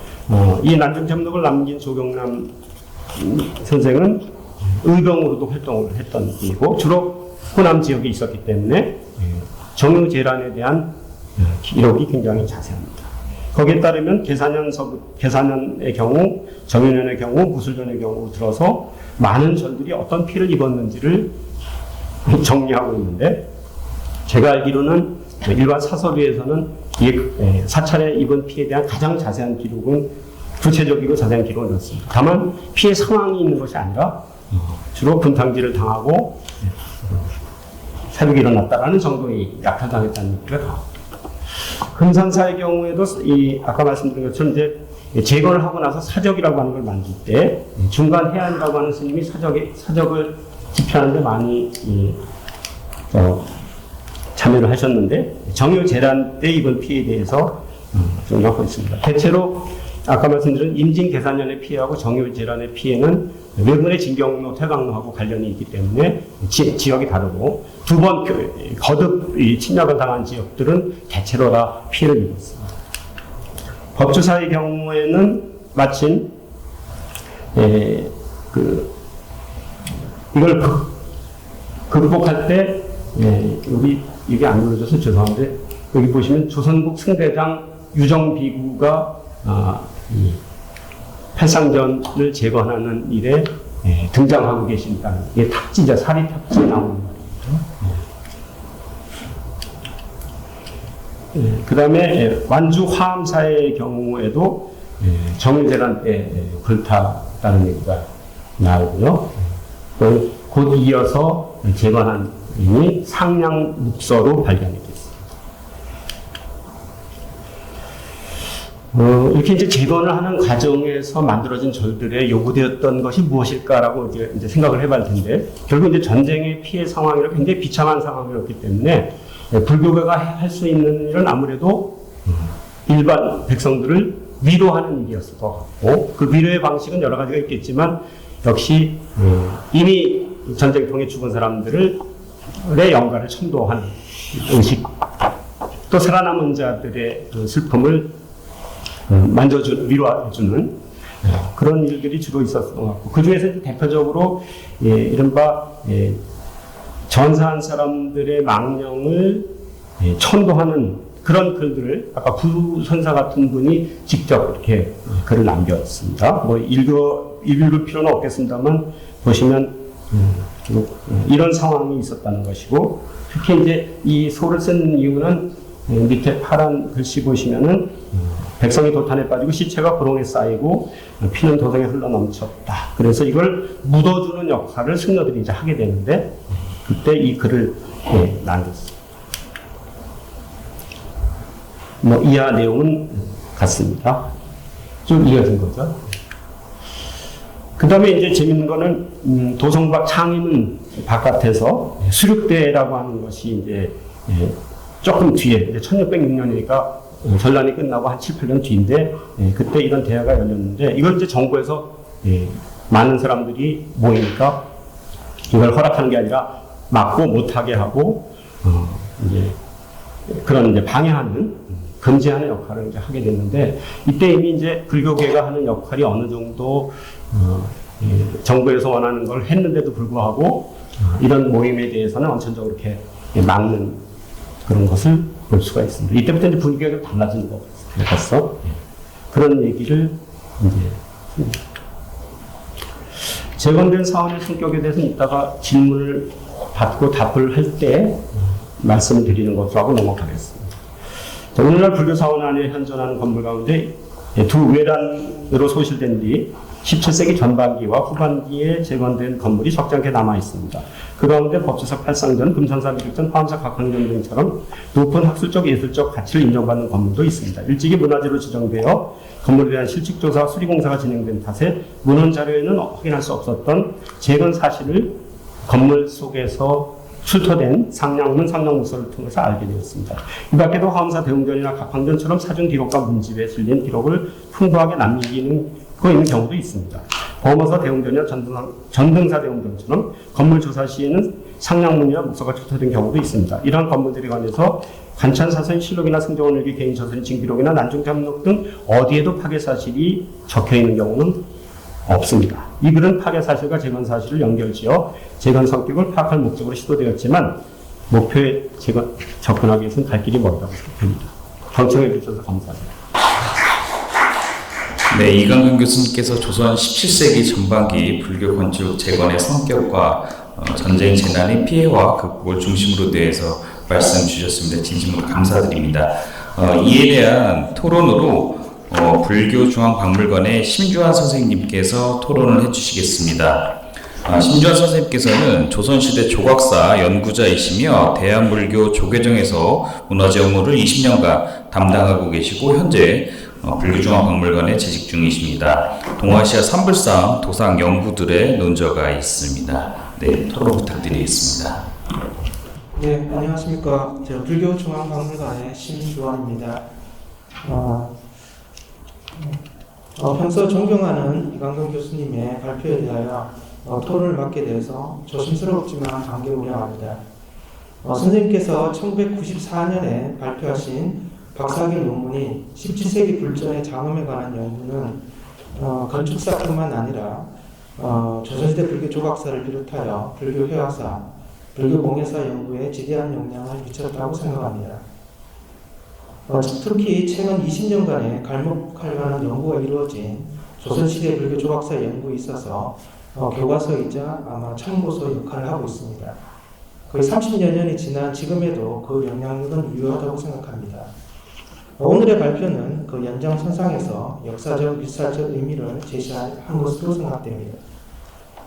전란의 피해가 어떻게 기억되고 소환되며 어떠한 방식으로 극복되었는지 밝히고 있다는 점에서 매우 의미가 있는 발표라고 생각됩니다.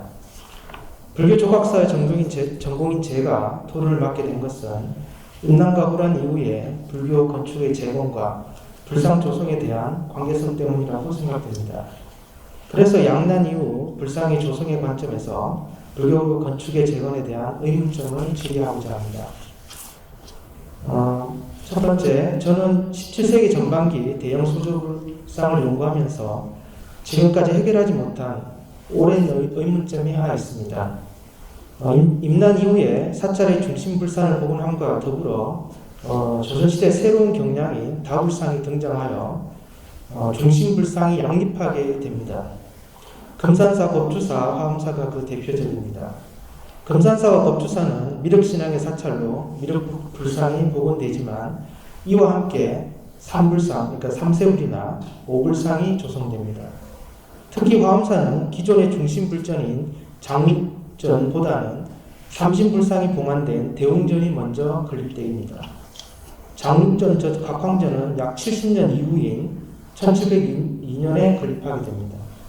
기존의 사상과 새로운 사상이 양립하게 되는 것은 문화사적 입장에서 자연스러운 현상이라고 할 수 있겠지만 양립하는 불전에 축이 서로 직교하고 있는 점은 어떠한 요인인지 선생님의 견해를 듣고 싶습니다. 그리고 양립하는 불전 중에서 17세기 당시에는 어떤 불전이 우선하는지 매우 궁금합니다. 두 번째 질문입니다. 임난 이후 주요 사찰에는 사천왕상이 등장하게 됩니다. 물론 임난 이전인 1515년에 보림사 사천왕이 조성되기도 하지만 사천왕상은 17세기 100여 년 동안 크게 유행하게 됩니다. 사천왕상의 조성은 곧 사천왕문이 건립되었다는 점을 증명하게 됩니다. 무장한 신상인 사천왕상의 유행은 전쟁과 밀접한 관련이 있다고 생각되는데 선생님의 견해는 어떠한지 궁금합니다. 그리고 임난 이후 사천왕문의 등장으로 일주문, 금강문, 사천왕문으로 구성된 세 개의 문, 즉 산문이 정립된다고 생각됩니다. 조선시대 산문의 구성은 임진왜란이라는 국가적인 전쟁으로 인한 현상인지 궁금합니다. 임난 이전에는 삼국, 남북국, 고려의 대찰들이 그대로 존속했다고 생각됩니다. 대부분 남문과 중문으로 이루어진 그런 사찰에는 금강역 사상이 배치되었을 것으로 판단됩니다. 임난 이후에 사천왕문이 등장하면서 산문으로 구성되지 않았을까 생각됩니다. 그렇다면 산문의 구성은 전랑과 밀접한 연관성이 있을 것입니다. 이에 대하여 선생님의 견해를 듣고 싶습니다. 마지막 세 번째 질문입니다. 선생님께서 생각하시는 17세기 건축의 특징이 무엇이라고 생각하십니까? 조선시대 불상에 있어서는 임진왜란과 임진 이후에 구분할 수 있는 가장 큰 특징이 불상에 받침이 등장하게 됩니다. 인물적 신체와 전혀 다른 형식적인 받침이 불신 아래 나타나게 되는데 이 불상에 혹시 받침이 있다고 하면 임진왜란 이후의 불상이라고 할 수 있습니다. 불상에서 나타나는 특징과 같이 건축사에서도 두드러진 특징이 있는지 궁금합니다. 즉 16세기 이전 불상과 16세기 이전 건축과 17세기 이후의 건축이 가장 두드러지는 특징이 무엇인지 시각적으로 드러나는 게 뭔지 궁금합니다. 더불어 관념적, 즉 사상적으로는 어떤 것이 가장 두드러나는 특징인지 궁금합니다. 이상 세 가지 질문을 드렸습니다. 선생님 고개를 듣고 싶습니다. 감사합니다. 네, 질문해 주신 김준하 선생님께 감사를 드립니다. 세 개의 질문 모두 간단하게 답할 수 있는 문제는 아닌 것 같고 발표 내용을 깊이 들여다보고 더 연구가 필요한 부분을 지적해 주신 질문으로 이렇게 받아들였습니다. 간단하게만 답을 드리겠습니다. 우선 세 번째 질문부터 차례로 뒤로 가면서 말씀드리겠습니다. 17세기 건축에서 시각적으로 가장 두드러진 게 무엇인가?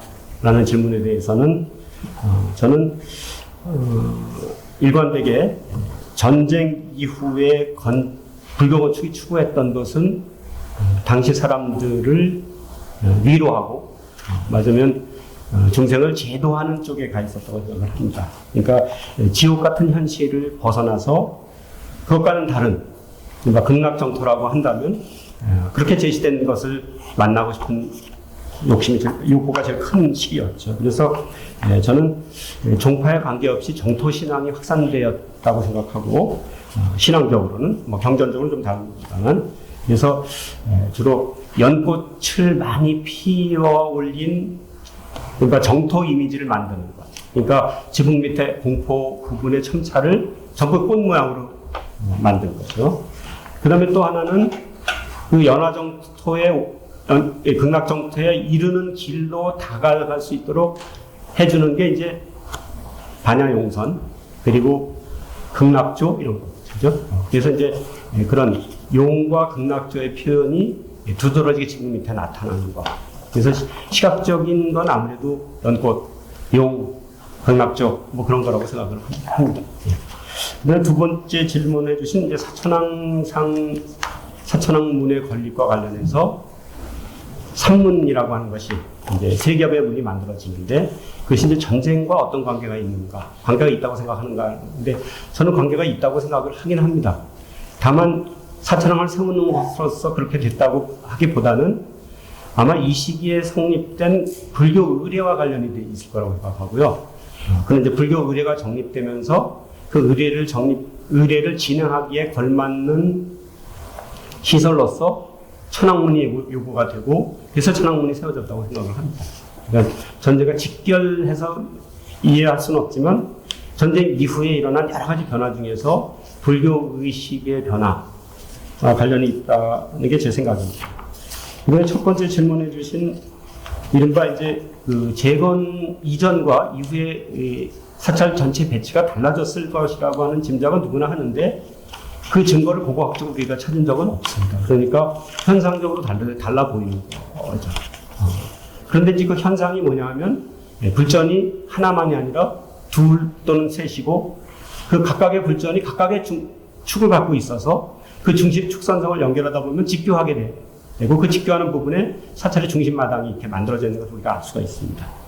법주사 같으면 탈상전인과 하면 미륵전이 있고 금산사 같으면 미륵전과 대적광전이 있고 화엄사는 대홍전과 각항전이 서로 그런 관계에 있습니다. 그 가운데서 어느 게 더 우선 시되었을까에 대해서는 아무래도 일주문에서부터 들어가는 축, 이른바 이 동선축, 진입하는 동선축 선상에 있는 것이 우선됐었다고 생각합니다. 대개의 경우에 그것이 이제 동양입니다. 원래 그 전에 남양축이 중심이었다가 동양축으로 바뀐 것이 아니냐 하는 생각이 드는데 물론 남에서 동으로 바뀐 현상은 관찰되지만 그 원인이 뭔지 또 예를 들면 신앙이나 사상과 관련된 근거가 있는지에 대해서는 아직 제가 연구가 부족해서 정확한 답을 드리기는 어렵습니다. 대답이 되는지 모르겠습니다만 이렇게 하겠습니다. 네, 감사합니다. 이강경 교수님의 발표와 신주영 선생님의 토론은 이것으로 마치도록 하겠습니다. 진심으로 감사드립니다. 네, 재난 극복과 미술사 오전 세 번째 발표를 시작하겠습니다. 이번 발표는 한국항공대학교 이화진 교수님께서 카스파르, 다비트, 프리드리히와 페허의 풍경화에 대해서 말씀해 주셨습니다. 이화진 교수님께서는 이화여자대학교 대학원에서 도고동문학을 전공하셨고 미술사학과에서 석사학위, 미술사학과에서 19세기 드레스덴 풍경화에 나타난 낭만화의 세계로 박사학위를 받으셨습니다. 그리고 현재 한국항공대학교에 출강하고 계십니다. 발표를 청해 듣도록 하겠습니다. 네, 안녕하십니까. 이화진입니다. 발표를 시작하도록 하겠습니다. 프리드리히는 드레스덴에서 독일 낭만주의 풍경화를 이끌어간 중심 인물입니다. 특히 그는 동시대 화가들 가운데 그 누구보다도 폐허가 된 건축물을 반복적으로 풍경화에 등장시켰습니다. 이에 그의 작품에 나타난 폐허의 특징과 그 의미를 당대 정치, 사회, 종교적 문맥과 연결하여 짚어보도록 하겠습니다. 일반적으로 폐허는 건축물의 완결성에 대한 부정을 의미합니다. 무너진 건축의 잔해는 그 원래 목적이 상실되었으며 조화가 사라진 상태를 의미합니다.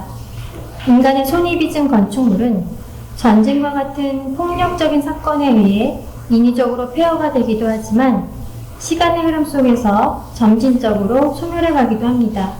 말하자면 폐허는 건축물이 파괴되는 과정 속에 있는 것으로 존재하는 것과 사라지는 것 사이에 불안한 양가성을 지닌다고 할 수 있습니다. 이러한 폐허의 건축물은 프리드리히만의 독자적인 회화 소재는 아닙니다. 서양 미술에서 폐허에 대한 묘사는 중세말 주로 예수 탄생이나 동방 박사들의 경배와 같은 종교 도상의 배경을 이루며 등장했습니다. 그리고 폐허에 대한 관심은 18세기에 이르러 폼페이나 고고학적인 발굴로 인해서 한층 강화되었습니다. 특히 그랜드 투어와 함께 과거 유적을 재현하고 소유하려는 열망이 커져감에 따라 폐허로 남은 고대 흔적을 그리는 작업이 절정에 달하게 되었습니다. 예를 들어 피라네시의 로마 풍경과 같은 폐허의 베두타는 위대한 로마 제국에 대한 기록물이자 완전함을 상실한 건축물이 오히려 미적 경험의 대상으로 부각되었음을 보여줍니다. 말하자면 몰락한 문화에 대한 증거인 폐허가 긍정적으로 평가되고 독자적인 가치를 지닌 것으로 받아들여졌습니다. 그렇지만 프리드리히는 폐허가 된 건축물을 이미 지나간 영광을 기리는 데 사용하거나 미적인 만족감을 주는 기념비적인 잔해로 그려내지 않았습니다. 오히려 그는 엘드나 스토원 폐허처럼 동시대인의 삶과 대비되는 과거의 건축물로 폐허를 부각시킵니다. 무너져 내린 거대한 대성당은 이끼와 잡초로 뒤덮여 있고 첨두와 치료된 창문과 부서진 기둥 사이로 푸른 가지를 뻗으며 자라난 나무들은 인간의 수직적인 욕망이 일시적인 것에 불과하다고 말합니다. 즉 인간이 만들어낸 것은 단지 한순간에만 존재했을 뿐 이제는 자연의 일부분이 되어버렸고 이러한 폐허는 자연물도 아니고 건축물도 아닌 그 사이에 상태에 놓여 있습니다. 그런데 자연의 작업으로 인해 해체되어가는 중세 스토원 앞으로 연기가 피어오르는 작은 오두막이 있습니다. 이 소박한 집의 한쪽 벽면은 폐허와 연결되어서 마치 쓰러져가는 고딕 건축물의 일부처럼 보입니다. 그렇지만 등을 구부리고 앉은 노인과 앞치마를 두른 남자가 앞마당에서 한가롭게 대화하는 모습은 이곳이 버려진 과거의 장소인 동시에 현재 사람이 살아가는 공간이라는 것을 알려줍니다. 말하자면 프리드리히는 부서진 고딕 성당 아래 연기가 피어오르는 오두막을 배치함으로써 본래의 목적을 상실한 폐허와 동시대인의 삶이라는 서로 다른 시간충의를 대비시키는 것입니다. 이러한 프리드리히 풍경화는 드레스덴의 무너진 성당을 재건하는 석공들과 함께 과거를 새로운 것으로 되살리는 벨로토의 베두타와는 거리를 두고 있습니다. 나아가 동시대 낭만주의 풍경화가 리히터는 로마 동쪽의 미네르바 신전에서 이끼로 뒤덮인 고대 유적을 배경으로 삼아 숫대와 함께 피리를 부는 목동을 묘사했습니다. 폐허를 지나간 황금시대 고대 시인들이 노래했던 목과의 삶을 상기시키는 장치로 활용한 것은 프리드리히가 엘게나 스토원 폐허에서 죽은 과거와 살아있는 현재라는 서로 다른 시간을 부각시키는 것과는 구별됩니다. 부서진 고딕 성당 아래 한가로이 쉬고 있는 두 남자와 그들의 오두막은 프리드리히 풍경화에서 폐허가 과거의 현재 형태이자 현재의 미래 형태라는 사실을 강조하는 데 사용되었음을 알려줍니다. 여기에서 프리드리히가 중세 스토원을 폐허로 그리는 까닭을 당대 고딕 양식의 수용과 결부에서 살펴볼 필요가 있습니다. 괴테의 독일 건축에 대하여 이후 고딕 양식은 위대한 국가 양식으로 미화되었고, 나폴레옹의 독일 침략을 경험한 낭만주의자들은 점차 중세를 이상화하며 독일 민족의 문화와 정신을 환기시키는 예술 형식으로 고딕을 받아들였습니다. 당시 슌켈은 물가의 중세 도시에서 거대한 고딕 대성당을 통해 국가적 자부심을 표출했습니다.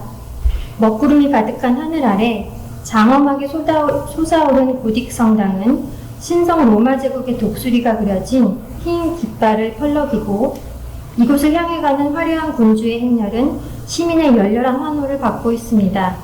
더구나 1814년 프로이센의 프리드리히 빌헬름 3세가 나폴레옹과의 전쟁에서 처음으로 승리를 거두고 베를린에서 개선 행진을 벌였다는 점을 고려한다면, 무지개 아래 밝게 빛나는 중세 성당은 프랑스의 압제에서 벗어난 독일을 암시하며 중세의 유산으로부터 미래의 희망을 찾으려는 이 시대의 역사관을 드러냅니다. 나아가 프랑스 혁명이 제거한 구체제를 부활시키려는 정치 사상이 고딕 양식이라는 미적 형식으로 지지되었음은 올리비어의 성스러운 연합을 통해서도 확인할 수 있습니다. 나폴레옹을 저지하려는 삼국동맹의 군주들이 빛나는 갑옷을 입은 중세기사로 묘사되어 완벽한 첨도아치로 장식된 성당 교차부에 등장합니다. 이로써 비인회의의 목표는 신의 보호를 받는다는 평가를 얻게 되고, 왕정체제로의 복귀는 로마 카톨릭교와 전략적으로 연결되면서 정치적 타당성을 획득합니다. 그러나 이러한 흐름과 달리 프리드리히는 엘데나 스토온 페어에서 시간의 흐름에 패배한 고딕 성당을 그려냅니다. 소멸해가는 중세 스토어는 이미 지나간 세계에 대한 기억을 상기시킬 뿐입니다. 이처럼 프리드리히가 고딕 양식의 폐허를 되돌아오지 않는 과거의 흔적으로 받아들이는 것은 신성로마 제국과 중세를 동경하며 독일의 미래를 과거에서 찾으려는 후기 낭만주의자들과의 차이라고 할 수 있겠습니다. 프리드리히의 풍경화에서 폐허가 된 스토원이 정치적 상황뿐 아니라 종교적 관점과도 연결된다는 사실은 눈 속의 스토원 묘지를 통해 살펴볼 수 있습니다. 하늘 높이 솟아오른 첨도아치의 대성당은 완벽했던 과거의 형태를 상실한 채 차가운 겨울 안개 속에 서 있습니다. 두 그루의 거대한 떡갈나무는 허물어진 성당 좌우에서 화면을 수직적으로 분할함으로써 전통적인 세폭 재단화를 상기시키며 대성당으로 들어가는 자연의 문을 형성합니다. 헐벗은 나무 사이로 검은 옷을 입은 수도승들이 열을 지어 걸어가고 있는데, 어깨에 관을 맨 이들은 십자가 불빛이 반짝이는 제단을 향하고 있습니다. 흰눈이 쌓인 전경은 얼어붙은 땅과 흩어진 묘비들, 말라버린 나무들과 함께 이곳이 어떤 생명체도 자라지 않는 죽음의 세계라는 것을 알려줍니다. 그러나 심판의 날과 같은 절망스러운 현재의 상황은 먼 곳으로 관람자의 시선을 이끌어가는 수도승들의 움직임과 함께 극복됩니다. 왜냐하면 우물한 안개 속에서 유일하게 반짝이는 제단이 어두운 지상의 삶 이후에 만나게 되는 미래의 영생을 약속하기 때문입니다. 따라서 부서진 성당문은 눈 덮인 이 세계로부터 천상의 구원으로 향하는 통로가 됩니다. 또한 정확하게 첨도아치 아래 놓인 관은 죽음이 지상을 벗어나 더 상승된 단계로 나아가는 경계의 순간임을 전달합니다.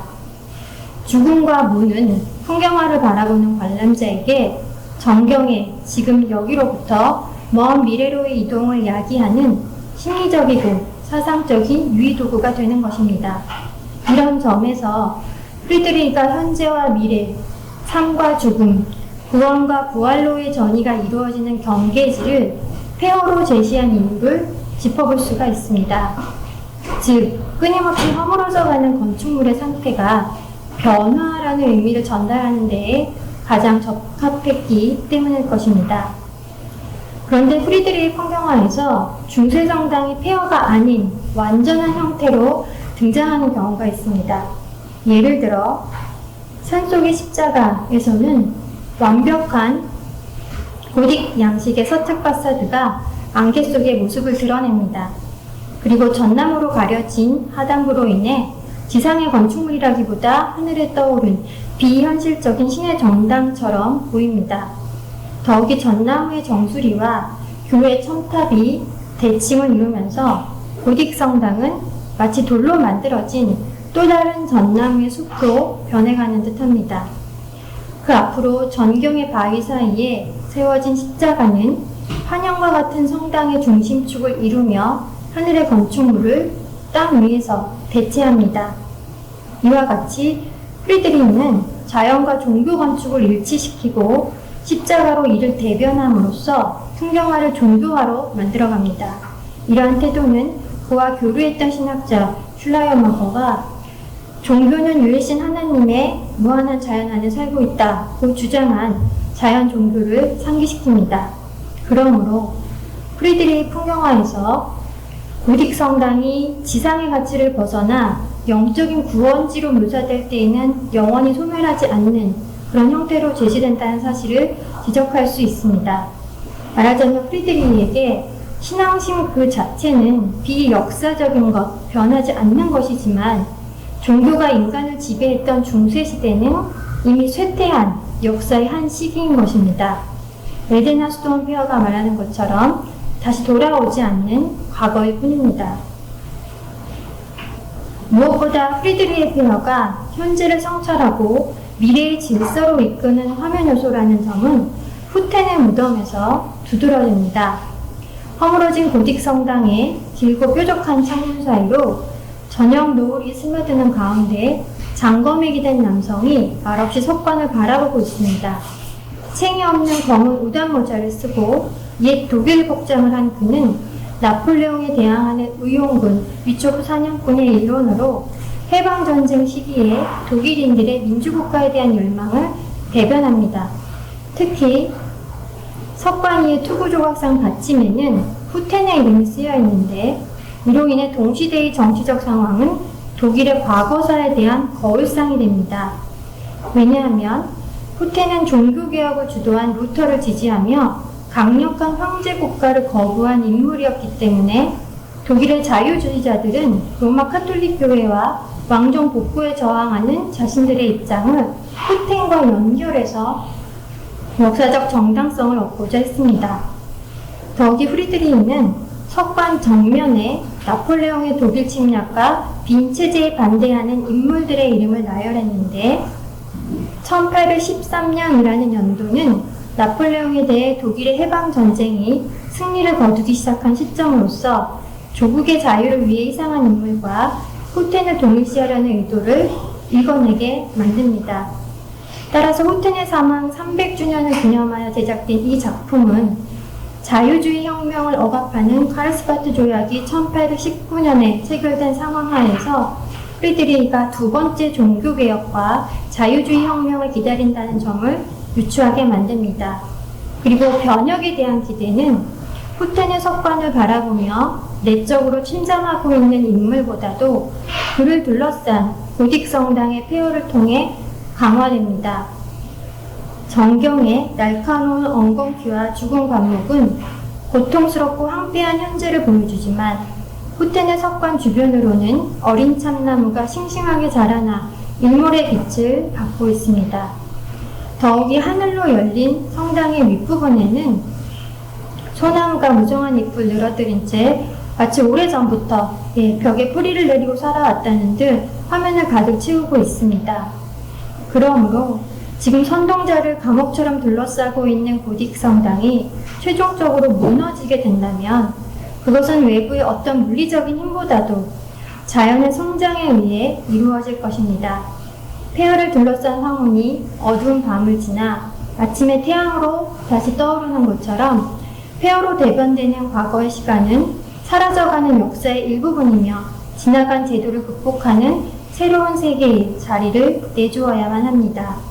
말하자면 프리드리히는 중세 건축물이 상징하는 왕정복고의 시대를 자연의 법칙에 대응시켜 소멸해 가야 하는 대상으로 제시한 것입니다.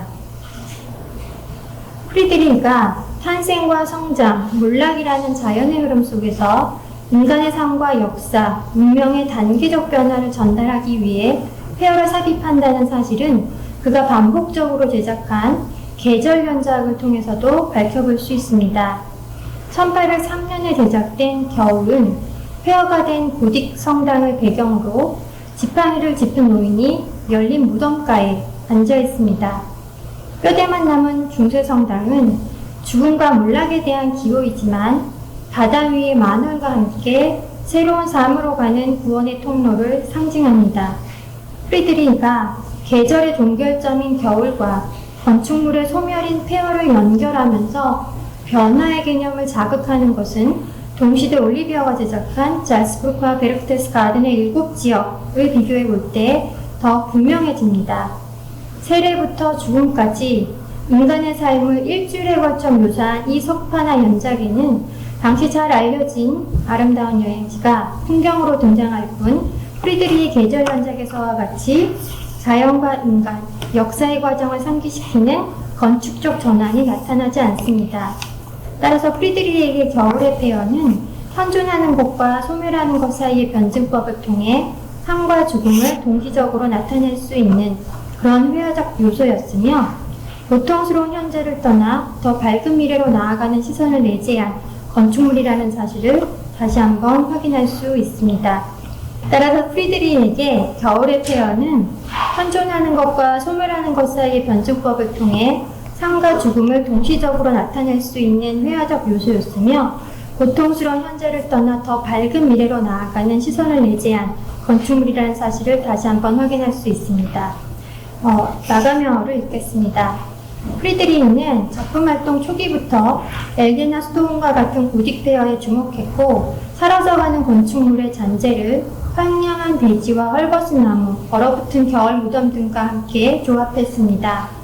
폐허가 축조와 파괴라는 양가적 의미를 지닌 형태인 것처럼 프리드리히 풍경화에서 자연의 시간 속에 파괴되어가는 고딕 대성당은 현재를 고정된 것이 아니라 유동적인 것으로 제시하면서 역사의식을 자극합니다. 즉 프리드리히의 폐허는 죽음 이후의 부활, 왕정복고를 벗어난 민주사회, 고통스러운 현실을 극복하는 새로운 희망에 대한 사고를 일깨웁니다. 프리드리히는 진보적 보편문학을 주장했던 초기 낭만주의자들처럼 폐허를 통해 자연과 인간의 삶이 언제나 변화의 도중에 있다고 말합니다. 그리고 과거, 현재, 미래의 연관관계를 풍경하면서 바라보게 만드는 것입니다. 이상 발표를 마치도록 하겠습니다. 감사합니다. 네, 감사합니다. 이어진 교수님께서 카스파르 다비드 프리드리히와 폐허의 풍경화에 대해서 말씀해 주셨습니다. 이에 대한 토론으로 홍익대학교 교수님이신 김수경 교수님께서 토론을 해주시겠습니다. 김수경 교수님께서는 하이델베르크 대학교 미술사학과 박사를 졸업하셨고 서양 근현대 미술사 분야를 연구하고 계십니다. 현재 홍익대학교 도고-동문학과 초빙 교수로 재직 중이시며 독일 문화 미술사를 강의하고 계십니다. 부탁드리겠습니다. 안녕하세요. 반갑습니다. 방금 소개받은 김수경이라고 합니다. 현재 홍익대학교에서 도고동문학과의 초빙 교수로 재직 중이면서 독일 문학, 또 예술가 문학, 또 서양 미술사 관련해서 강의하고 있습니다. 이화진 선생님의 논문을 읽으면서 마치 한편의 그 수려한 문체의 문학 작품을 접하는 느낌이었어요. 또 잔잔한 분위기의 풍경화를 보는 듯한 느낌도 있었습니다. 잘 들었습니다. 저는 질의문을 그냥 읽도록 하겠습니다.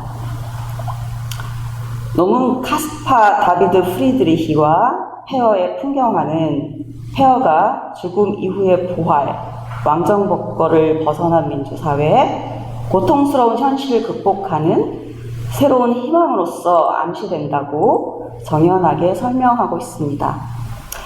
폐허가 삶과 죽음을 동시에 상징하는 회화적 요소이며 현재와 미래를 연결하는 변화의 표징으로서 나타나는 맥락을 고찰합니다. 특히 논문은 폐허 풍경화를 정치적, 역사적 배경과 연관지어 설명하여서 화가의 현실 인식을 들여다보게 합니다. 이와 관련하여 3가지 질문을 드리겠습니다.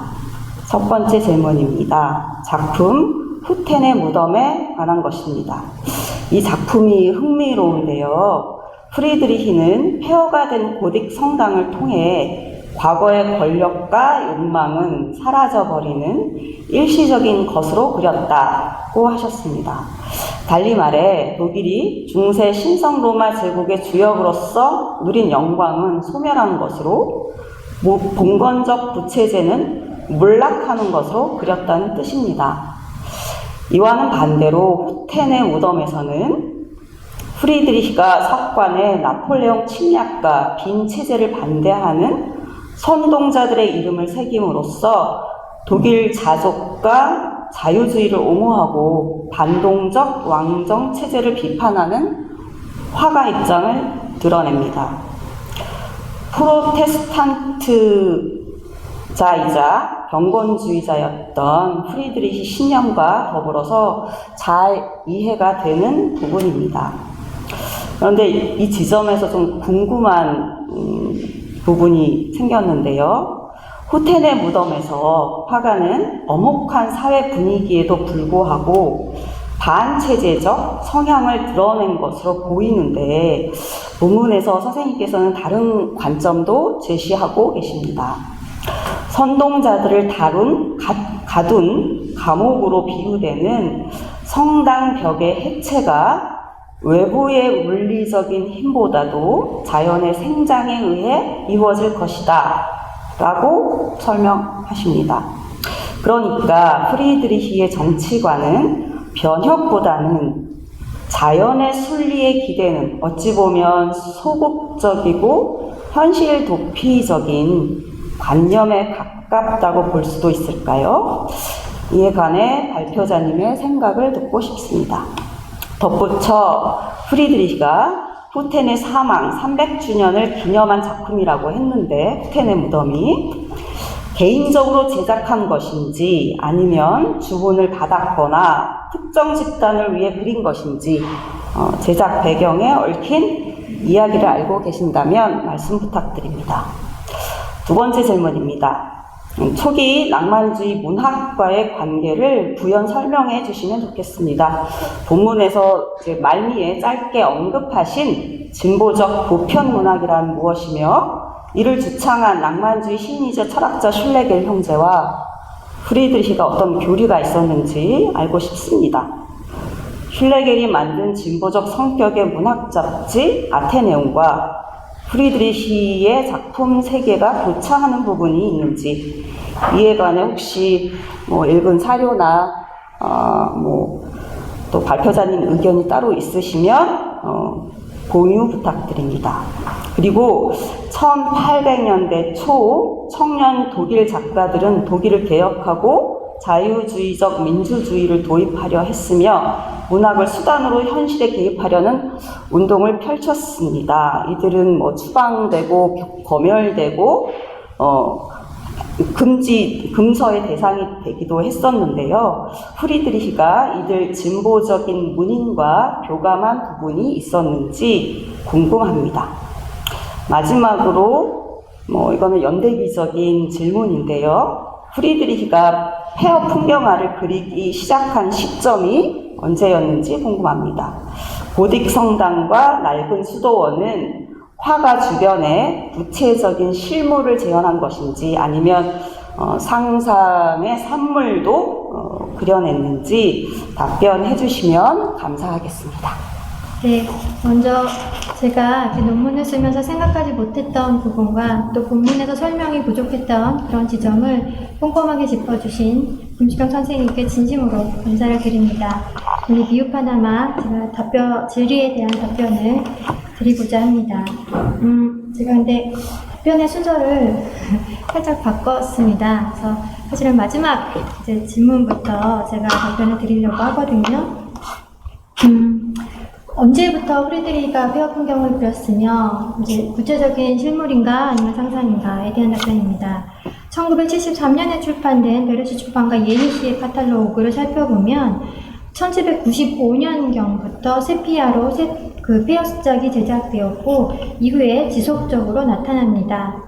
그 가운데 엘데나 수도원 폐허 같은 경우는 1801년에 처음에 등장하고 유화로는 현재 소실된 1803년 풍경에서 폐허를 찾아볼 수가 있습니다. 그리고 본문에서 제가 다루었던 1817년에 제작된 눈 속의 수도원 묘지의 경우 그라이프스발트의 야콥 성당이 변형된 것입니다. 근데 프리드리히가 의도적으로 그 예첨창의 높이를 더 길게 확장한 것을 비교해보면 확인할 수 있는데요. 흥미로운 것은 당시 야콥 성당이 프리드리히의 습작만큼 허물어져 있지 않았기 때문에 습작 자체에도 프리드리히 환상이 적용된 것을 알 수 있습니다. 후텐의 무덤 또한 보이빈의 수도원 폐허 습작에서 창문의 비례를 높여서 배경의 고딕 건축물로 삼은 것을 알 수 있습니다. 그리고 화면 오른쪽에 믿음을 나타내는 조각상, 이것은 프리드리히가 따로 첨가한 것이어서 프리드리히가 기존의 폐허를 스케치하고 이것을 자신의 상상력과 결부시켜서 작품화했다는 것을 도출해낼 수가 있습니다. 그리고 이제 후텐과 관련된 질문에 대해서 답변을 드리겠는데요. 후텐의 무덤은 프리드리히가 자율적으로 선택한 주제입니다. 그리고 대다수의 많은 낭만주의 화가들이 자유라는 것들을 굉장히 중요시하게 생각했기 때문에 주문을 받아서 제작한 경우는 좀 상당히 많지 않았던 것 같아요. 좀 적은 수라고 할 수 있습니다. 그리고 이 후텐의 무덤은 후에 바이마르의 칼 아우구스트 공작이 이제 구입을 하게 됩니다. 프리드리히가 이 후텐의 무덤을 그릴 당시에 1819년에 체결된 카를스바트 조약에 의해서 자유주의자들이 탄압을 받았다는 것은 이미 말씀을 드렸습니다. 프리드리히 또한 그 아른트에게 보낸 편지로 인해서 그 자유주의자 중에 한 명인데요. 그 1821년에 조사를 이제 받게 됩니다. 다른 여러 인맥을 통해서도 이런 지리자 선생님께서도 지적해 주신 것처럼 그런 관계들이 좀 있었기 때문에 많이 프리드리히도 약간의 의심의 눈초리를 받는 그런 상황이었습니다. 그래서 검열과 통제가 굉장히 지배하던 시기에 왕정 복고를 직접적으로 공격하는 작업은 어려웠을 것으로 생각이 됩니다. 더욱이 석관 표면에 선동자들의 이름이 사실은 아주 작게 쓰여 있기 때문에 읽어내기가 쉽지가 않습니다. 그리고 또 여기에 숨겨져 있는 어떤 정치적 함의를 발견해낸다는 것이 당대에도 용이하지 않았다는 점, 이러한 것은 프리드리히의 정치성이 일종의 암호화된 방식으로 이루어졌다라는 것을 유추하게 만듭니다. 그래서 제가 생각하기에 이 후텐의 무덤을 보면 프리드리히 다른 풍경화와 마찬가지로 이렇게 행동을 하는 인물이 아니라 명상하고 사색하는 인물이 등장합니다. 저는 이러한 인물이 사실은 화면 안에서 저 후텐의 그 투구 아래 써있는 이름과 석관을 바라보는 저런 응시행위가 화면 밖의 관람자에게도 일깨우는 어떤 그런 역할을 하고 있다라고 보았습니다. 그래서 이 관람자 스스로가 후텐과 선동자 그리고 자연의 변화라는 것은 인간이 거스를 수 없는 영원한 사실은 규칙이라고 보았기 때문에 이러한 변화를 다 연결하면서 관람자가 이 현재의 상태는 결국 변혁에 이르게 되고 또 그럴 수밖에 없다라는 결론을 내리게 된다라고 보았습니다. 이러한 숙고의 방식이 프랑스처럼 현실 정치의 혁명이 일어나지 않았던 독일에서의 그 정신적이고 사변적인 혁명을 추구한 낭만주의의 특징이자 프리드리히의 어떤 숨겨진 정치성이라고 생각을 했습니다. 선생님께서 그 현실 도피라고 이제 말씀을 해주셨는데요. 그걸 조금 제가 낭만주의자 전공자로서 옹호하는 의미에서 사변적인 성찰 이런 걸로 좀 바꿔서 말씀을 드렸습니다. 그리고 이제 마지막으로 답변을 드리자면요.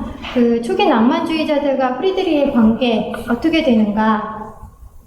제가 사실 간단하게 관계도를 그려봤습니다. 부족하지만 그려봤는데요. 사실 이 드레스덴은 독일의 피렌체라고 칭송되었던 것처럼 19세기 초 독일 문화의 중심지였으며 많은 예술가들이 짧게 혹은 길게 머무르던 장소였습니다.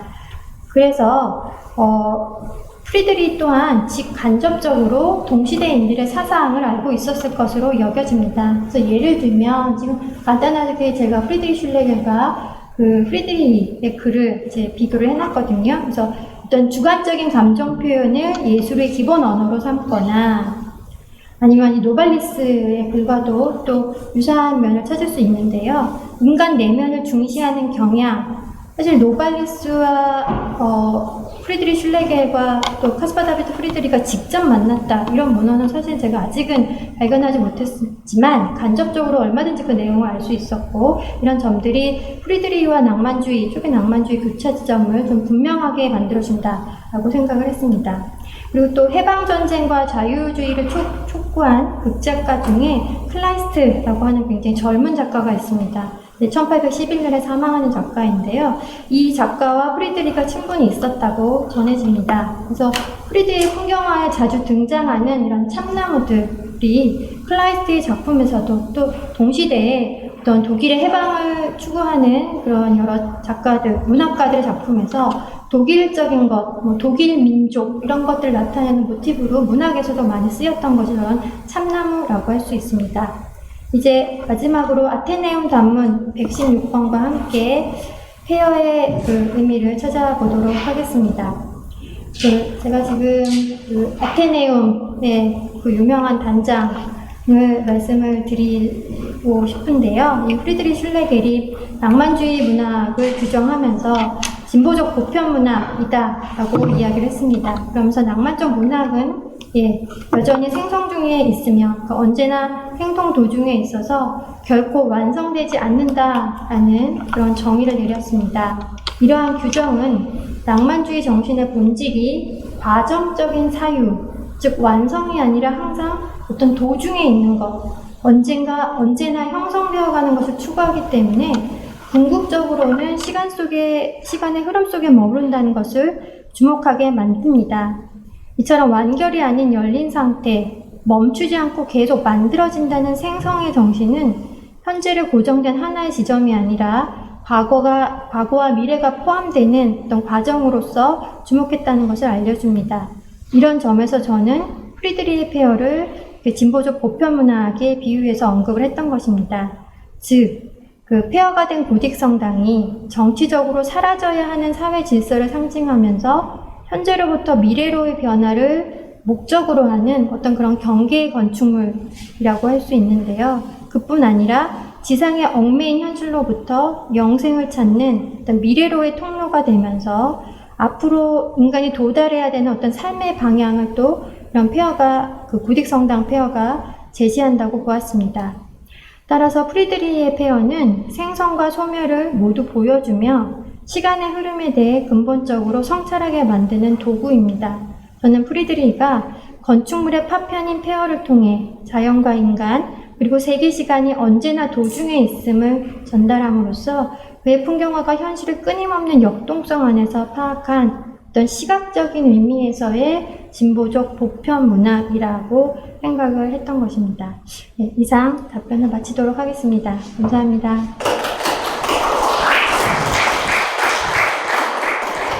네, 낭만적인 발표와 토론해 주신 두 교수님께 진심으로 감사드리겠습니다. 이것으로 제7회 미술사학대회 재난국어과 미술사 1부 발표를 모두 마치도록 하겠습니다. 잠시 정신 시간을 가지신 뒤 2부에 다시 뵙도록 하겠습니다. 감사합니다.